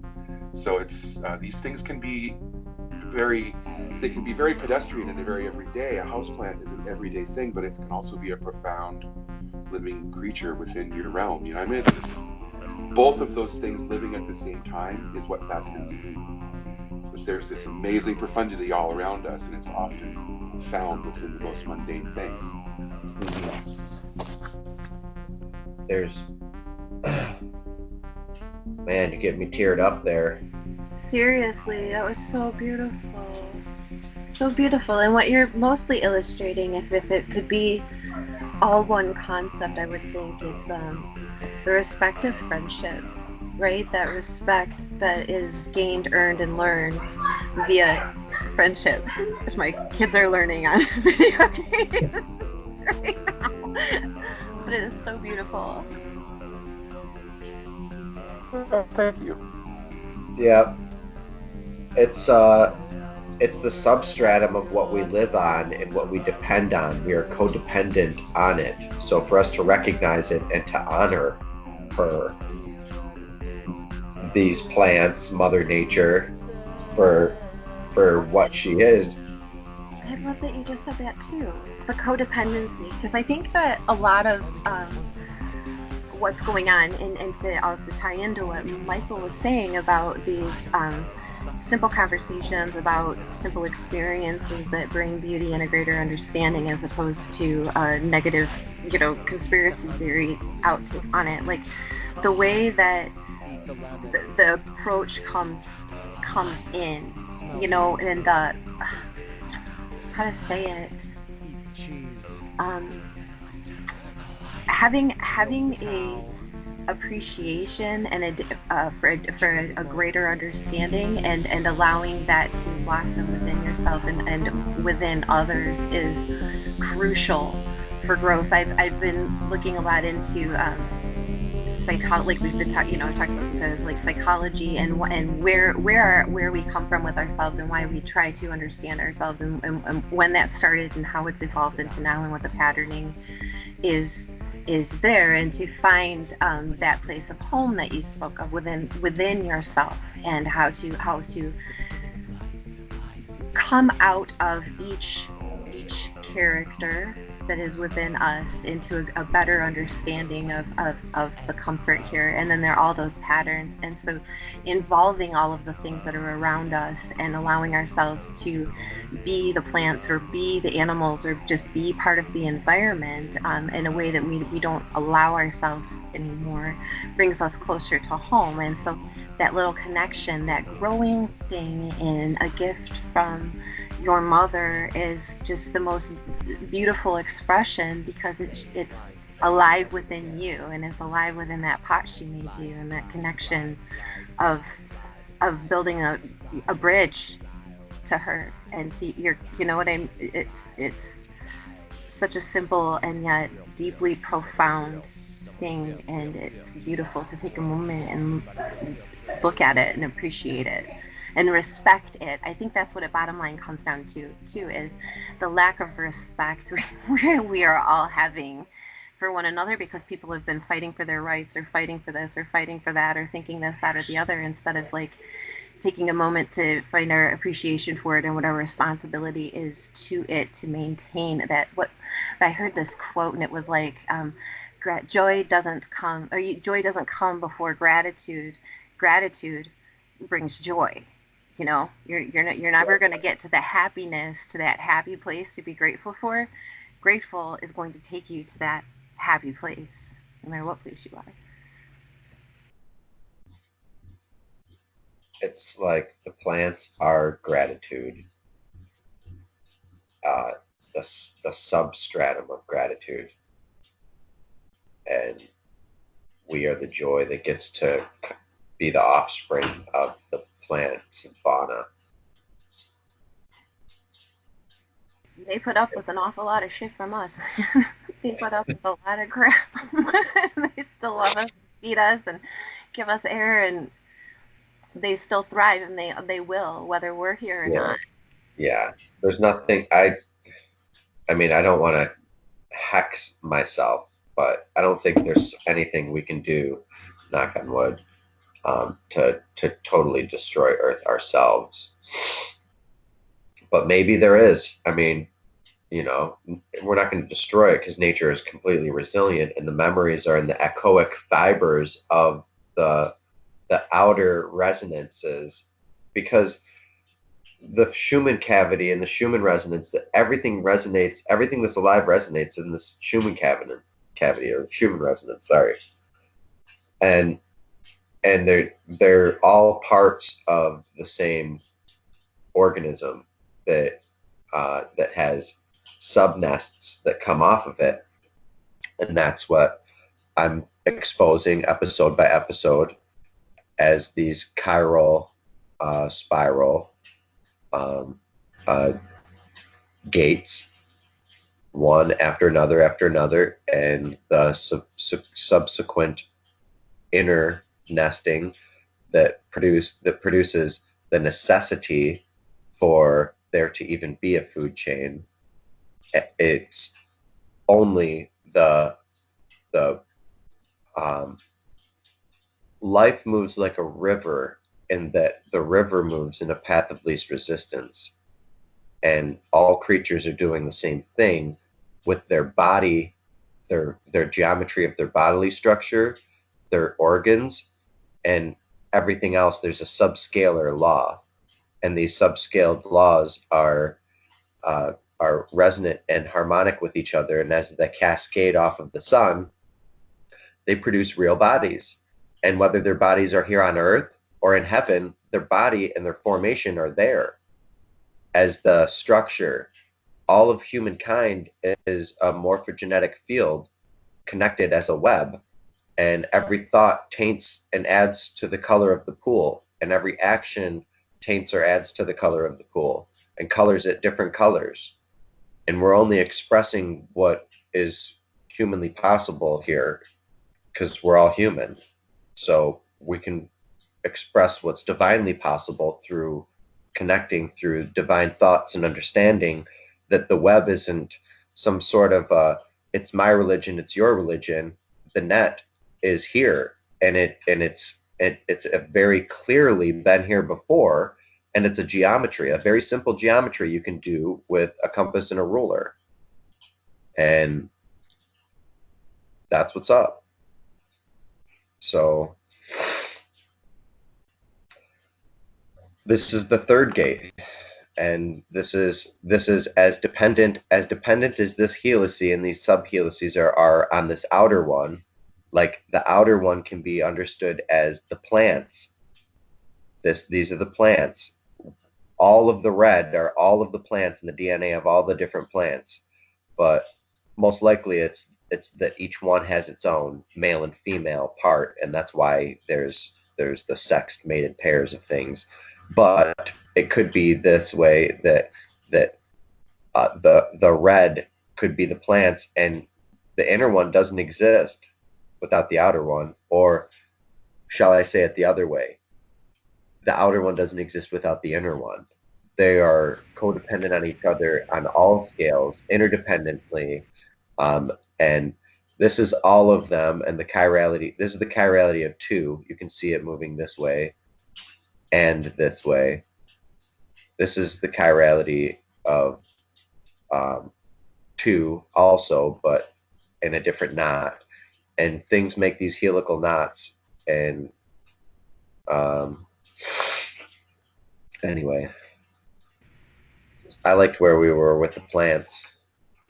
Well, yeah, and what's interesting though too about plants is that some of them are, let's just use PC terms, right? Some of them are gender binary, and some are non-gender, and some of them are like hermaphroditic. So they have representations, many more representations of possible reproduction or reproduction organs than what's available in an animal kingdom. That's incredible to think about, and orchids are probably a good example of that, right? Orchids, I guess would be an interesting example of that. But if you want to, well, okay, so like there's like angiosperms, right? So an angiosperm is a plant that's got a seed on the inside of it. It grows a seed, and it has to produce like out of a flower. Where other things like a conifer would have a seed stuck inside of a cone, and that seed has to be released via fire. And then, but those come from different kinds of pollination or propagation of flowers. So some plants will have a stigma and a stamen, right? The stigma is one gender organ, and the stamen is the other gender organ, and they have to cross-pollinate. But some plants have both parts and can cross-pollinate themselves. Like a lily is a good example of that, as opposed to like go back to cannabis, which is familiar. And another point I wanted to make about that too is that I got sidetracked and didn't get to say it. Now I'm remembering.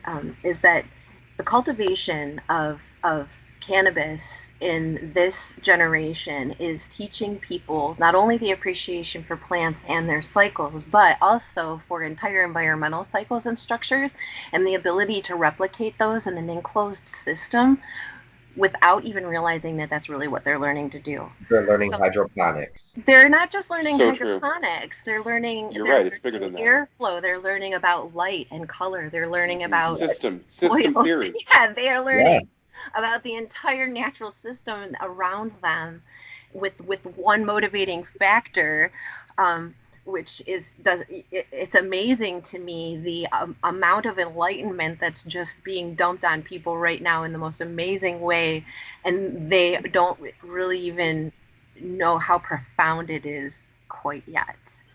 So I think also all mushrooms are communists. Sorry, you know how I like to. That'd be communist propagation. I'm kind of a troublemaker at the end of the day. Always stirring shit. That's me. What are the a different system? They aren't in the plant kingdom.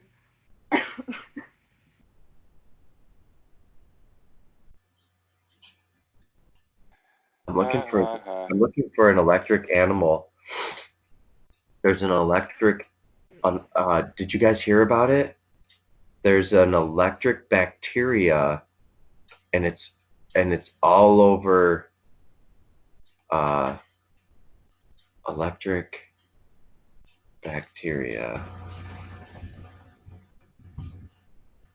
Electric bacteria.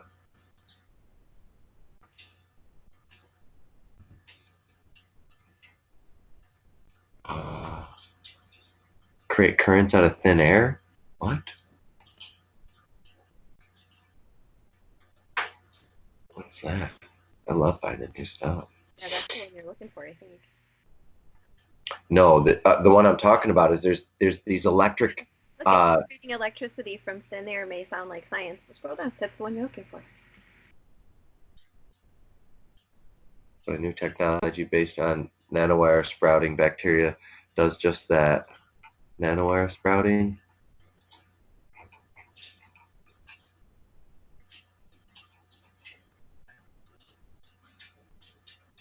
Okay, that's not exactly what it is, but that's probably good too.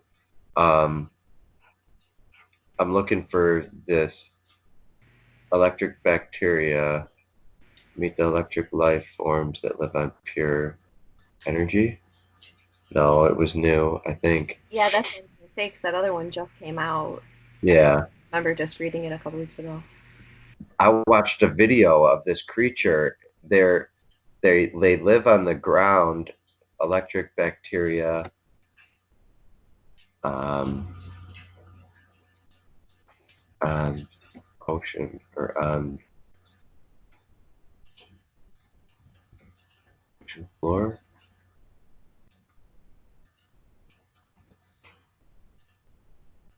Living electric cables made of bacteria have been discovered on the seabed.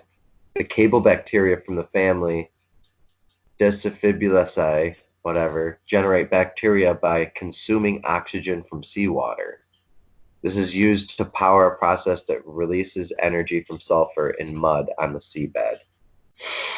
Wow. That's the one, I think. And if there's video, you can see these things, and they found them all over in different areas and different types of watery conditions. Look at the pictures, videos.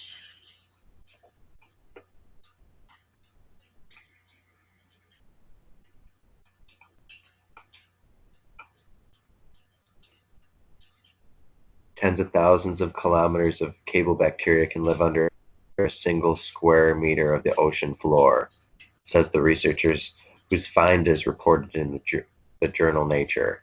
Yeah. The ocean floor is electric.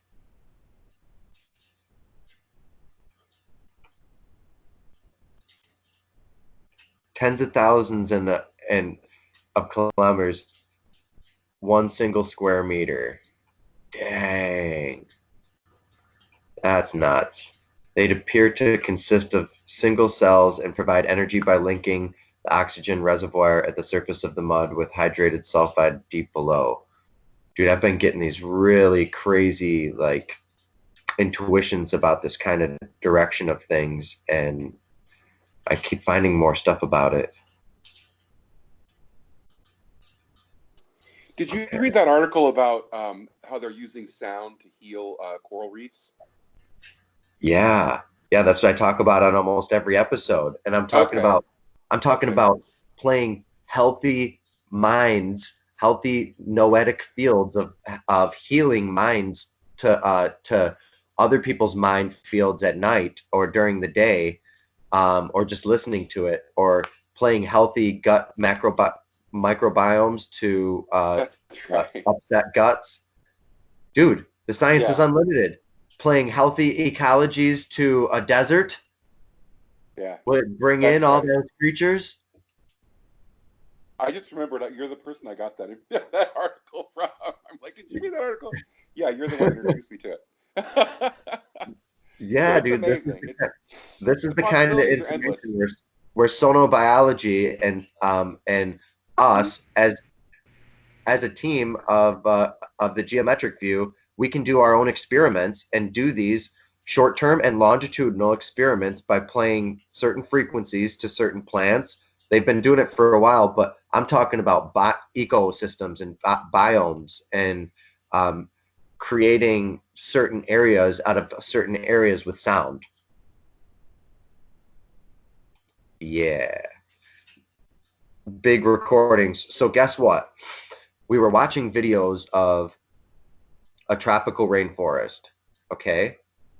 Guess what's more productive and more efficient than a tropical rainforest? Guess.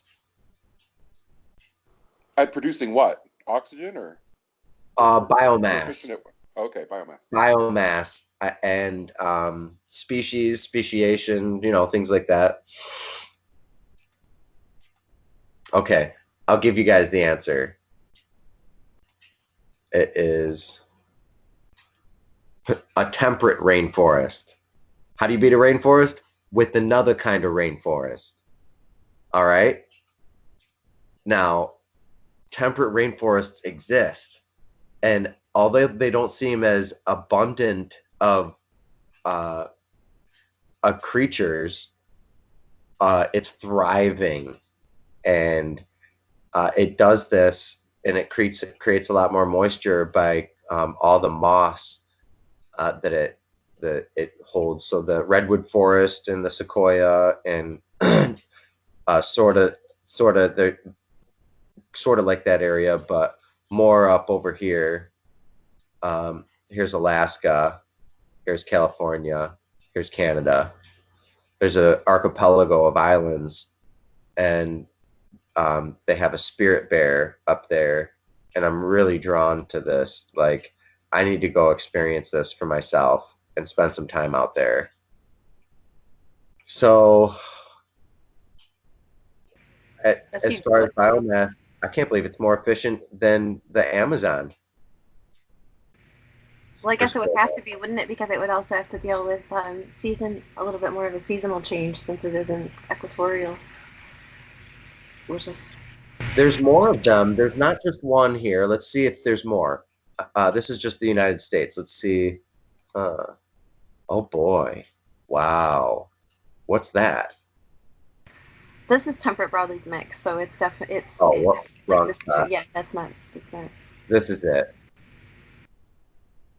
No, that's temperate broadleaf too, because we're there.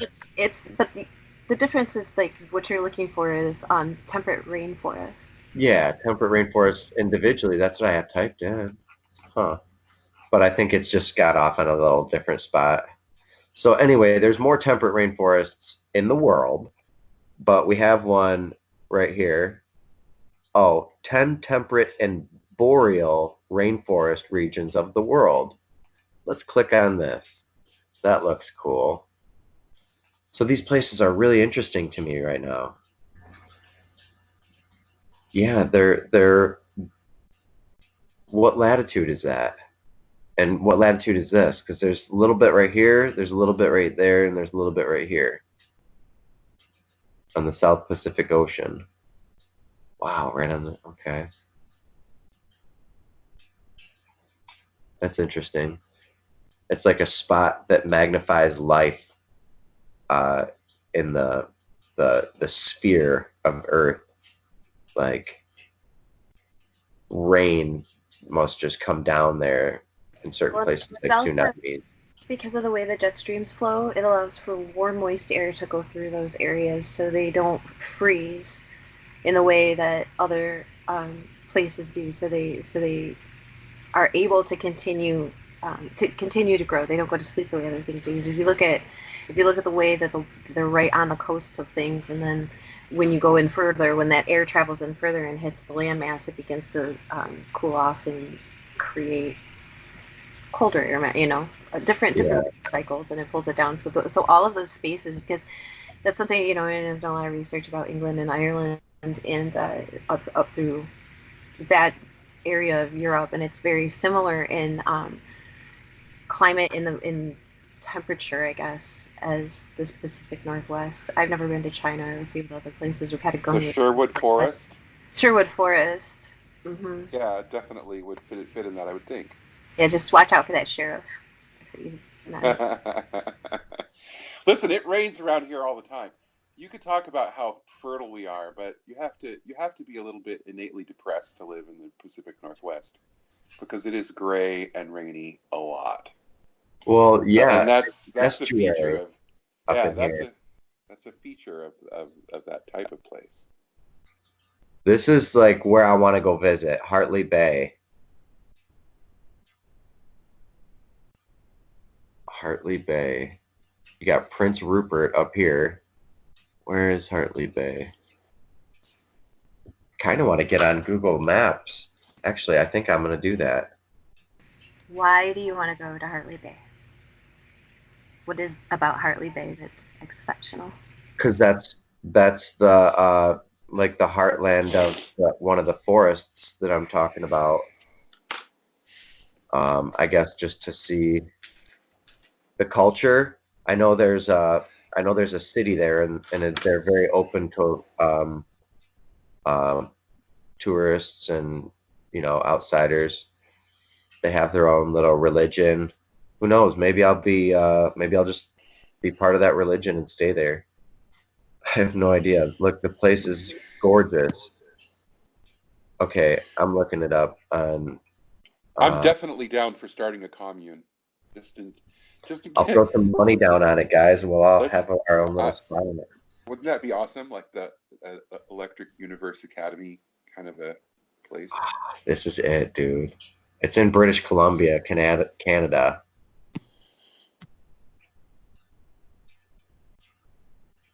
Okay. There's a brine. There's a rich brine, and it's where fresh water meets salt water, and I've always been drawn to this, and there's cool people there, and they have a religion that I'm interested in. I don't know if it's a religion, but it's their heritage, and I'm just interested in like the whole thing. Like, who knows, man? It's a rainforest. It is rainy there and cool. And I don't care. I like that temperature. I'm from Michigan, but they have their seasons, and the salmon come in, and there's a rich brine of melt water and diversity of life. It's just interesting area. Archipelago. It's all broken up. Maybe there's a star fort there. Which brings me to another point of inland sea lines. Have you heard of that? Let me see if I can change it. Switch it. Yeah, see down in the corner there's a square that says satellite on the left. See it? Yeah, boy. Yeah, chipboard. Thank you. It'll make it better. I think they have their own airport. But look at that, dude. Kitsch. That's right. Like, that's what's up. Ginormous flowing bodies of water and glacial. Everything's always freaking ice cold. Look at how cold it looks. It's like I'm creeping towards you. This is in the summer. Ha ha ha. Yeah, that's the thing about there, right? Is that it's like temperate all the time, so it never gets super duper hot and it never gets really, really cold. And yeah, so it's legit. And I love that. That's always I love that temperature. But it might be a little too cold. Who knows? I mean, I don't know. I don't think it gets too cold. Like literally, it's a temperate forest, right? Hence, yeah, the word temperate. Yeah, it's because it's a lot of it has to do with the moss keeping in the moisture too. And I mean, has anybody, Mike, you been to the redwoods Who have you been to the Redwoods Test? You haven't been there? Everyone should go. Yes. Yeah, I have actually. I've lived in the west coast of the United States, and actually I lived also in British Columbia, so I can tell you what I know about that. It was great. People are Tess, wonderful. can you speak up a tiny bit? Yes. Well, Thank you. It might be my microphone, my new setup. I don't know. let's see. No, you're awful quiet, Tess. I'll try to raise my volume. Trying here. Is it better or no? Just keep it close to your face, maybe. I'm not sure where the mic is. Okay. Yeah, I'm trying to raise it here on my computer, but when I click on my, okay, here it is. There you go. Okay. Got it. Yeah, I was just clicking. It was turning my sound off. Yeah, Awesome. I lived in Vancouver and Whistler, and also in the what's it called, the Puget Sound. I lived many years there, which is north. Well, I lived also in California, and actually in Oregon as well. I kind of lived on the west coast. But Okay. oh, hold on, I don't know what's going on. Wow, that was creepy. My iTunes suddenly just starts playing by itself. It's really creepy. So Okay. this is Sorry a about temperate that. forest too, right? Down in here. Is that where you're talking? Down in here? Well, no, on the coastline. North. Okay. Well, what were you asking about? I lived in the, well, I went to the Redwoods, which is north of San Francisco. Yes, which is completely beautiful. And actually the whole coast of the west coast of the United States is just completely gorgeous. It's so beautiful. And in Washington State, all that area, which is close to British Columbia, it's just so beautiful. And I've been to Vancouver Island, and yes, there's like a rainforest. There's trees that the island, Charlotte Island, which is the next one up. There's trees that have not died. They have survived fires, and yes, that one. For thousands of years, I don't know how they survived. There's been conflagrations and tsunamis, but they actually managed to stay alive, and they're just covered with moss, the whole island. A friend of mine, I hadn't been to that island, but he told me about it. And the people are really wonderful. I really, really liked them. They're very progressive and open-minded. And the only thing is that it rains a lot, precisely because it's a temperate rainforest. Yeah. So if you need the sunshine, that could be a problem. So they do have a beautiful Indian summer and a summer that goes till probably October. But then it's raining. It's just rain. So it depends. If you like the rain, then it's perfect. And if you need more, if you need the sun, you might need that. But it's completely beautiful. Yes, all the way to Alaska is just so beautiful. And it doesn't get very cold because you're on the coastline. And the only thing that I just will tell you because I know about this is that the Cascadia fault line is right there. And that's one of the things that kind of worried me a little bit because they've been talking about how they're expecting the big one. They keep talking about it. And it runs all the way from Vancouver, from British Columbia, all the way down to the middle of Oregon or something like that. They're clear. So they're clear of it up here then? Say that again? They're clear of the fault up here? But they get maybe? No. Well, that's where the volcanoes start. Yeah, so you got also Alaska, and Alaska has a lot of mountains, and that's the ring of fire, all of that. And that's why it's so beautiful. Well, see, exactly, that is all the ring of fire. So whenever there's earthquakes, there's landslides, and then the landslide. Primarily the San Andreas fault is the one. Yeah, that's another one. Yeah, that will cause There's a bunch of smaller tsunami. ones. San Andreas goes. Well, you can just tell just by looking at it. This was all land once. Yes. You know. And so that's the only thing that I would think that it would be a problem for me because I kind of like don't like tsunamis. I have like bad dreams about tsunamis quite often. Yeah, and I have it's tornado maybe dreams. interesting. Well, we Yeah, don't get maybe it. it's something we experience in a past life or something. But Is it it's beautiful. genetic? Is it genetic for you? Does your mother have them? I don't know. No, I don't know, but I've really like ridiculously amounts of tsunamis that I have and floods and well, basically tsunamis. And I have lived a long time, well, many decades right on the coastline. So maybe that's also why they're always talking about, the drills and tsunami drills and earthquakes. And I've been hearing about this. They're waiting for this big one to happen. So I kind of like wanted to get away from that, but that's if you're not afraid. I mean, some people just say whatever, if I'm gonna die, I'm just might as well live happy while I'm alive and do what I want to do, and they just stay and they don't care. But it's otherwise I suggest it definitely if you don't mind the rain. Yeah. The health also there's people are all into all kinds of healthy lifestyles, which is really nice. Yeah, it seems like you would have to be completely pretty much organic, subsistent off the land. Exactly. That's another reason why I really like it. But I know they have power and like communities and they're not off the grid. That's also another reason why I like it. Yeah, like Are they off the grid where you want to go?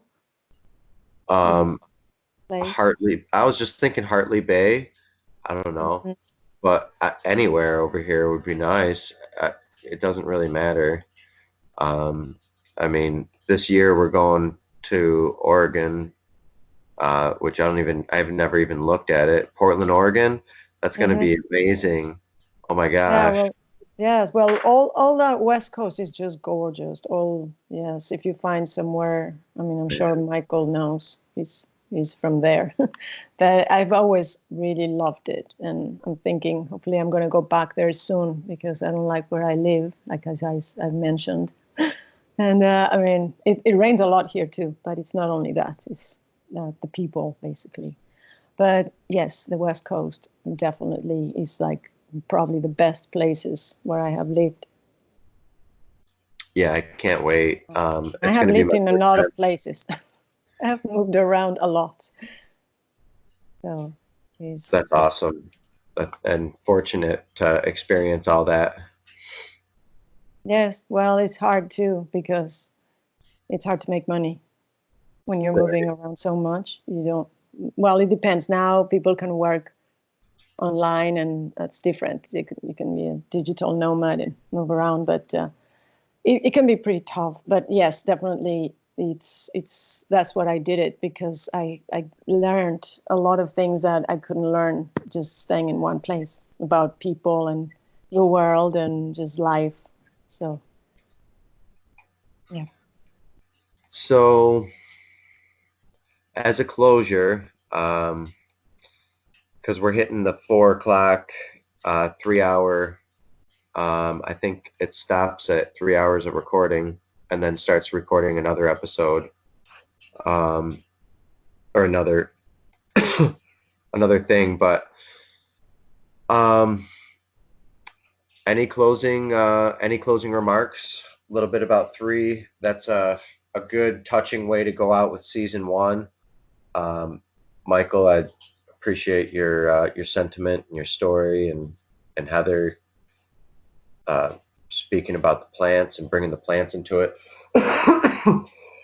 Excuse me.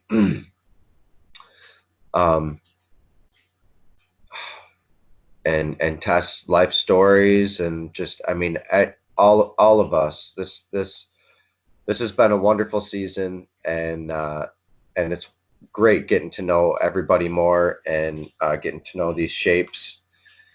And season 2 is next week, next episode. So it's also going to be the equinox, right around there. spring's going to be coming in right here at the 16th, I think, on Monday. There's some stuff. Oh, it's Pi Day. There's all sorts of stuff. It's was Pi it Heather? Day. Was it you that was saying that there's like the Friday the 13th is coming? Plus, there's all this other weird stuff that's happening next week. So I'm just gonna stay home and order pizza. Yeah, the 14th, dude. It's Pi Day, so get some pie. Okay. Pizza pie. Pi Day. And maybe for our Thanks, episode, I'll do a presentation on circles because the whole freaking thing is made of circles. Why not? Nice. It's all coming together. That's a great idea. So maybe that's our episode for next week. But I know there's a bunch more other content having to do with Theodorian roots and more. But of course, that's not going to last the whole episode. So we'll do we'll do a pie-isode, an episode of pie. All right, guys. Let me know what's up. Got any more questions, comments? Is there a Brighton out there? I can't see the screen right now. Okay, we got Tess, Heather, Michael, and I. All right, guys. Any last quiddles or quamps or a goodbye? Any last words? Sorry. Well, forever hold yourself until Pi Day. It was a great show. I'll see you guys tomorrow, maybe on the Electric View. Take care, everyone. It was good to talk to you, Mike. Thanks, buddy. Great to hear from everybody. All right. Bye. All right, see you guys. Special thanks to Dan Winter. I'd like to thank Don Scott, Eugene Bagachov, Wallace Thornhill, David Johnson, Terrence Howard, Laird Scranton, Rupert Sheldrake. Check us out on our other podcasts, The Electric View and The Brighton Buddy Show. I also independently interview artists at the Universal Ones Artist Collective on Buddy Dougherty's YouTube channel. The Geometric View is love is watching product, love is watching production. Special thanks to Gareth from See the Pattern. Thank you for doing that. Special thanks to Jim Wenninger. Executive producers for the Geometric View are Buddy James and Brighton Cotter. Music is by the acronym Beauty, the acronym BUD, and Abyssal Dionysus is the geometer. That's me and Brighton. Thank you for being here. Catch you next Saturday. Love is watching. Are you ready for season 2? I sure am. Join us in the fight for Christ, in the fight to save lives. Surprise, submersible, so fast, the first, the last of baptism. Need to say more. Pay attention like the marrow in your bones, arrow in your back, arrow in your lungs, zero into the back, tertiary Christian neuron, synapses and narrow endurance into eternity. I'm a courier, a charismatic attitude, modern meters even meter, it might even be fun. Cider indeed, need nerds, you need nerds, need a virtue, need to be a reason. Feasibility to be a reason to be clean and sober, keys, open doors, signs of directions. Be the carrier of candlesticks, the man who brought you change. Every second you ride, until you rivet, you pivot, potential, you curve cat. Could be cold, could be copycat, could be copy corpse, could be Schrodinger's best. Could be Micro Hacker, Mackie, normal, open-minded, itsy bitsy, freaking huge, a universal supermassive aspect of attached awareness. Aware of this all? Collaborative consumption. Are you aware of this all? Collaborative consumption. The new thing consumption. Collaborative consumption. Consumption. Get up now! Out of the boat! Drop! Where did this up? We don't got about a girl, but about a not about a goddess spirit. Get up, what's up? Jedi chapter.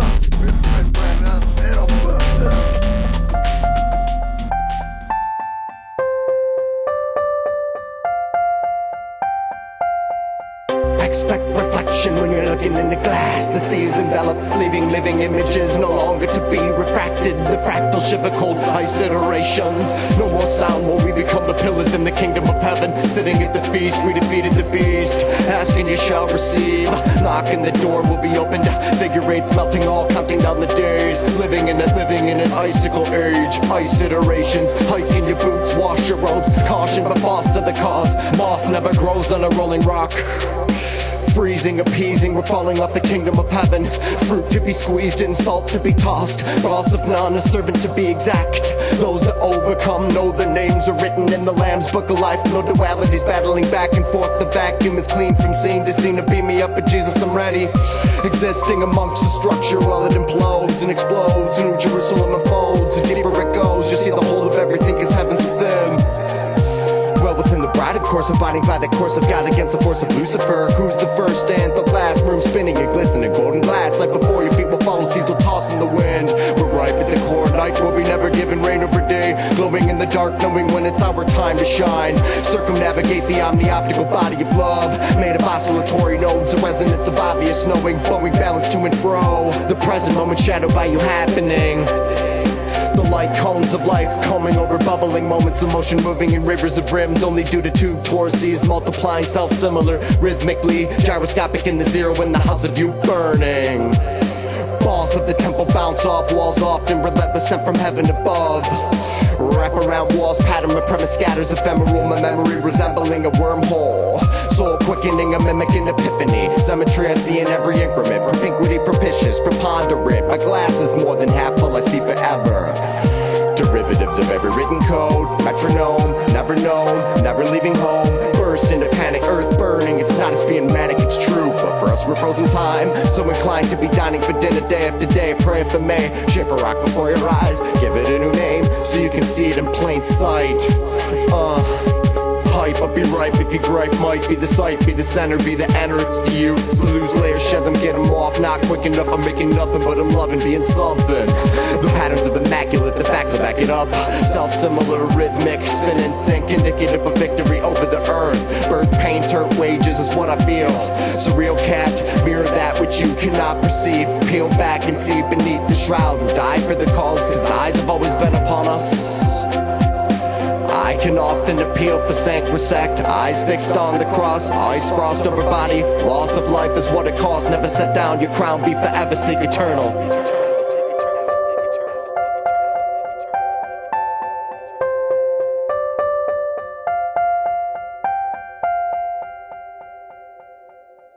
Thank you to Mr. Demented for producing 2 of these beats.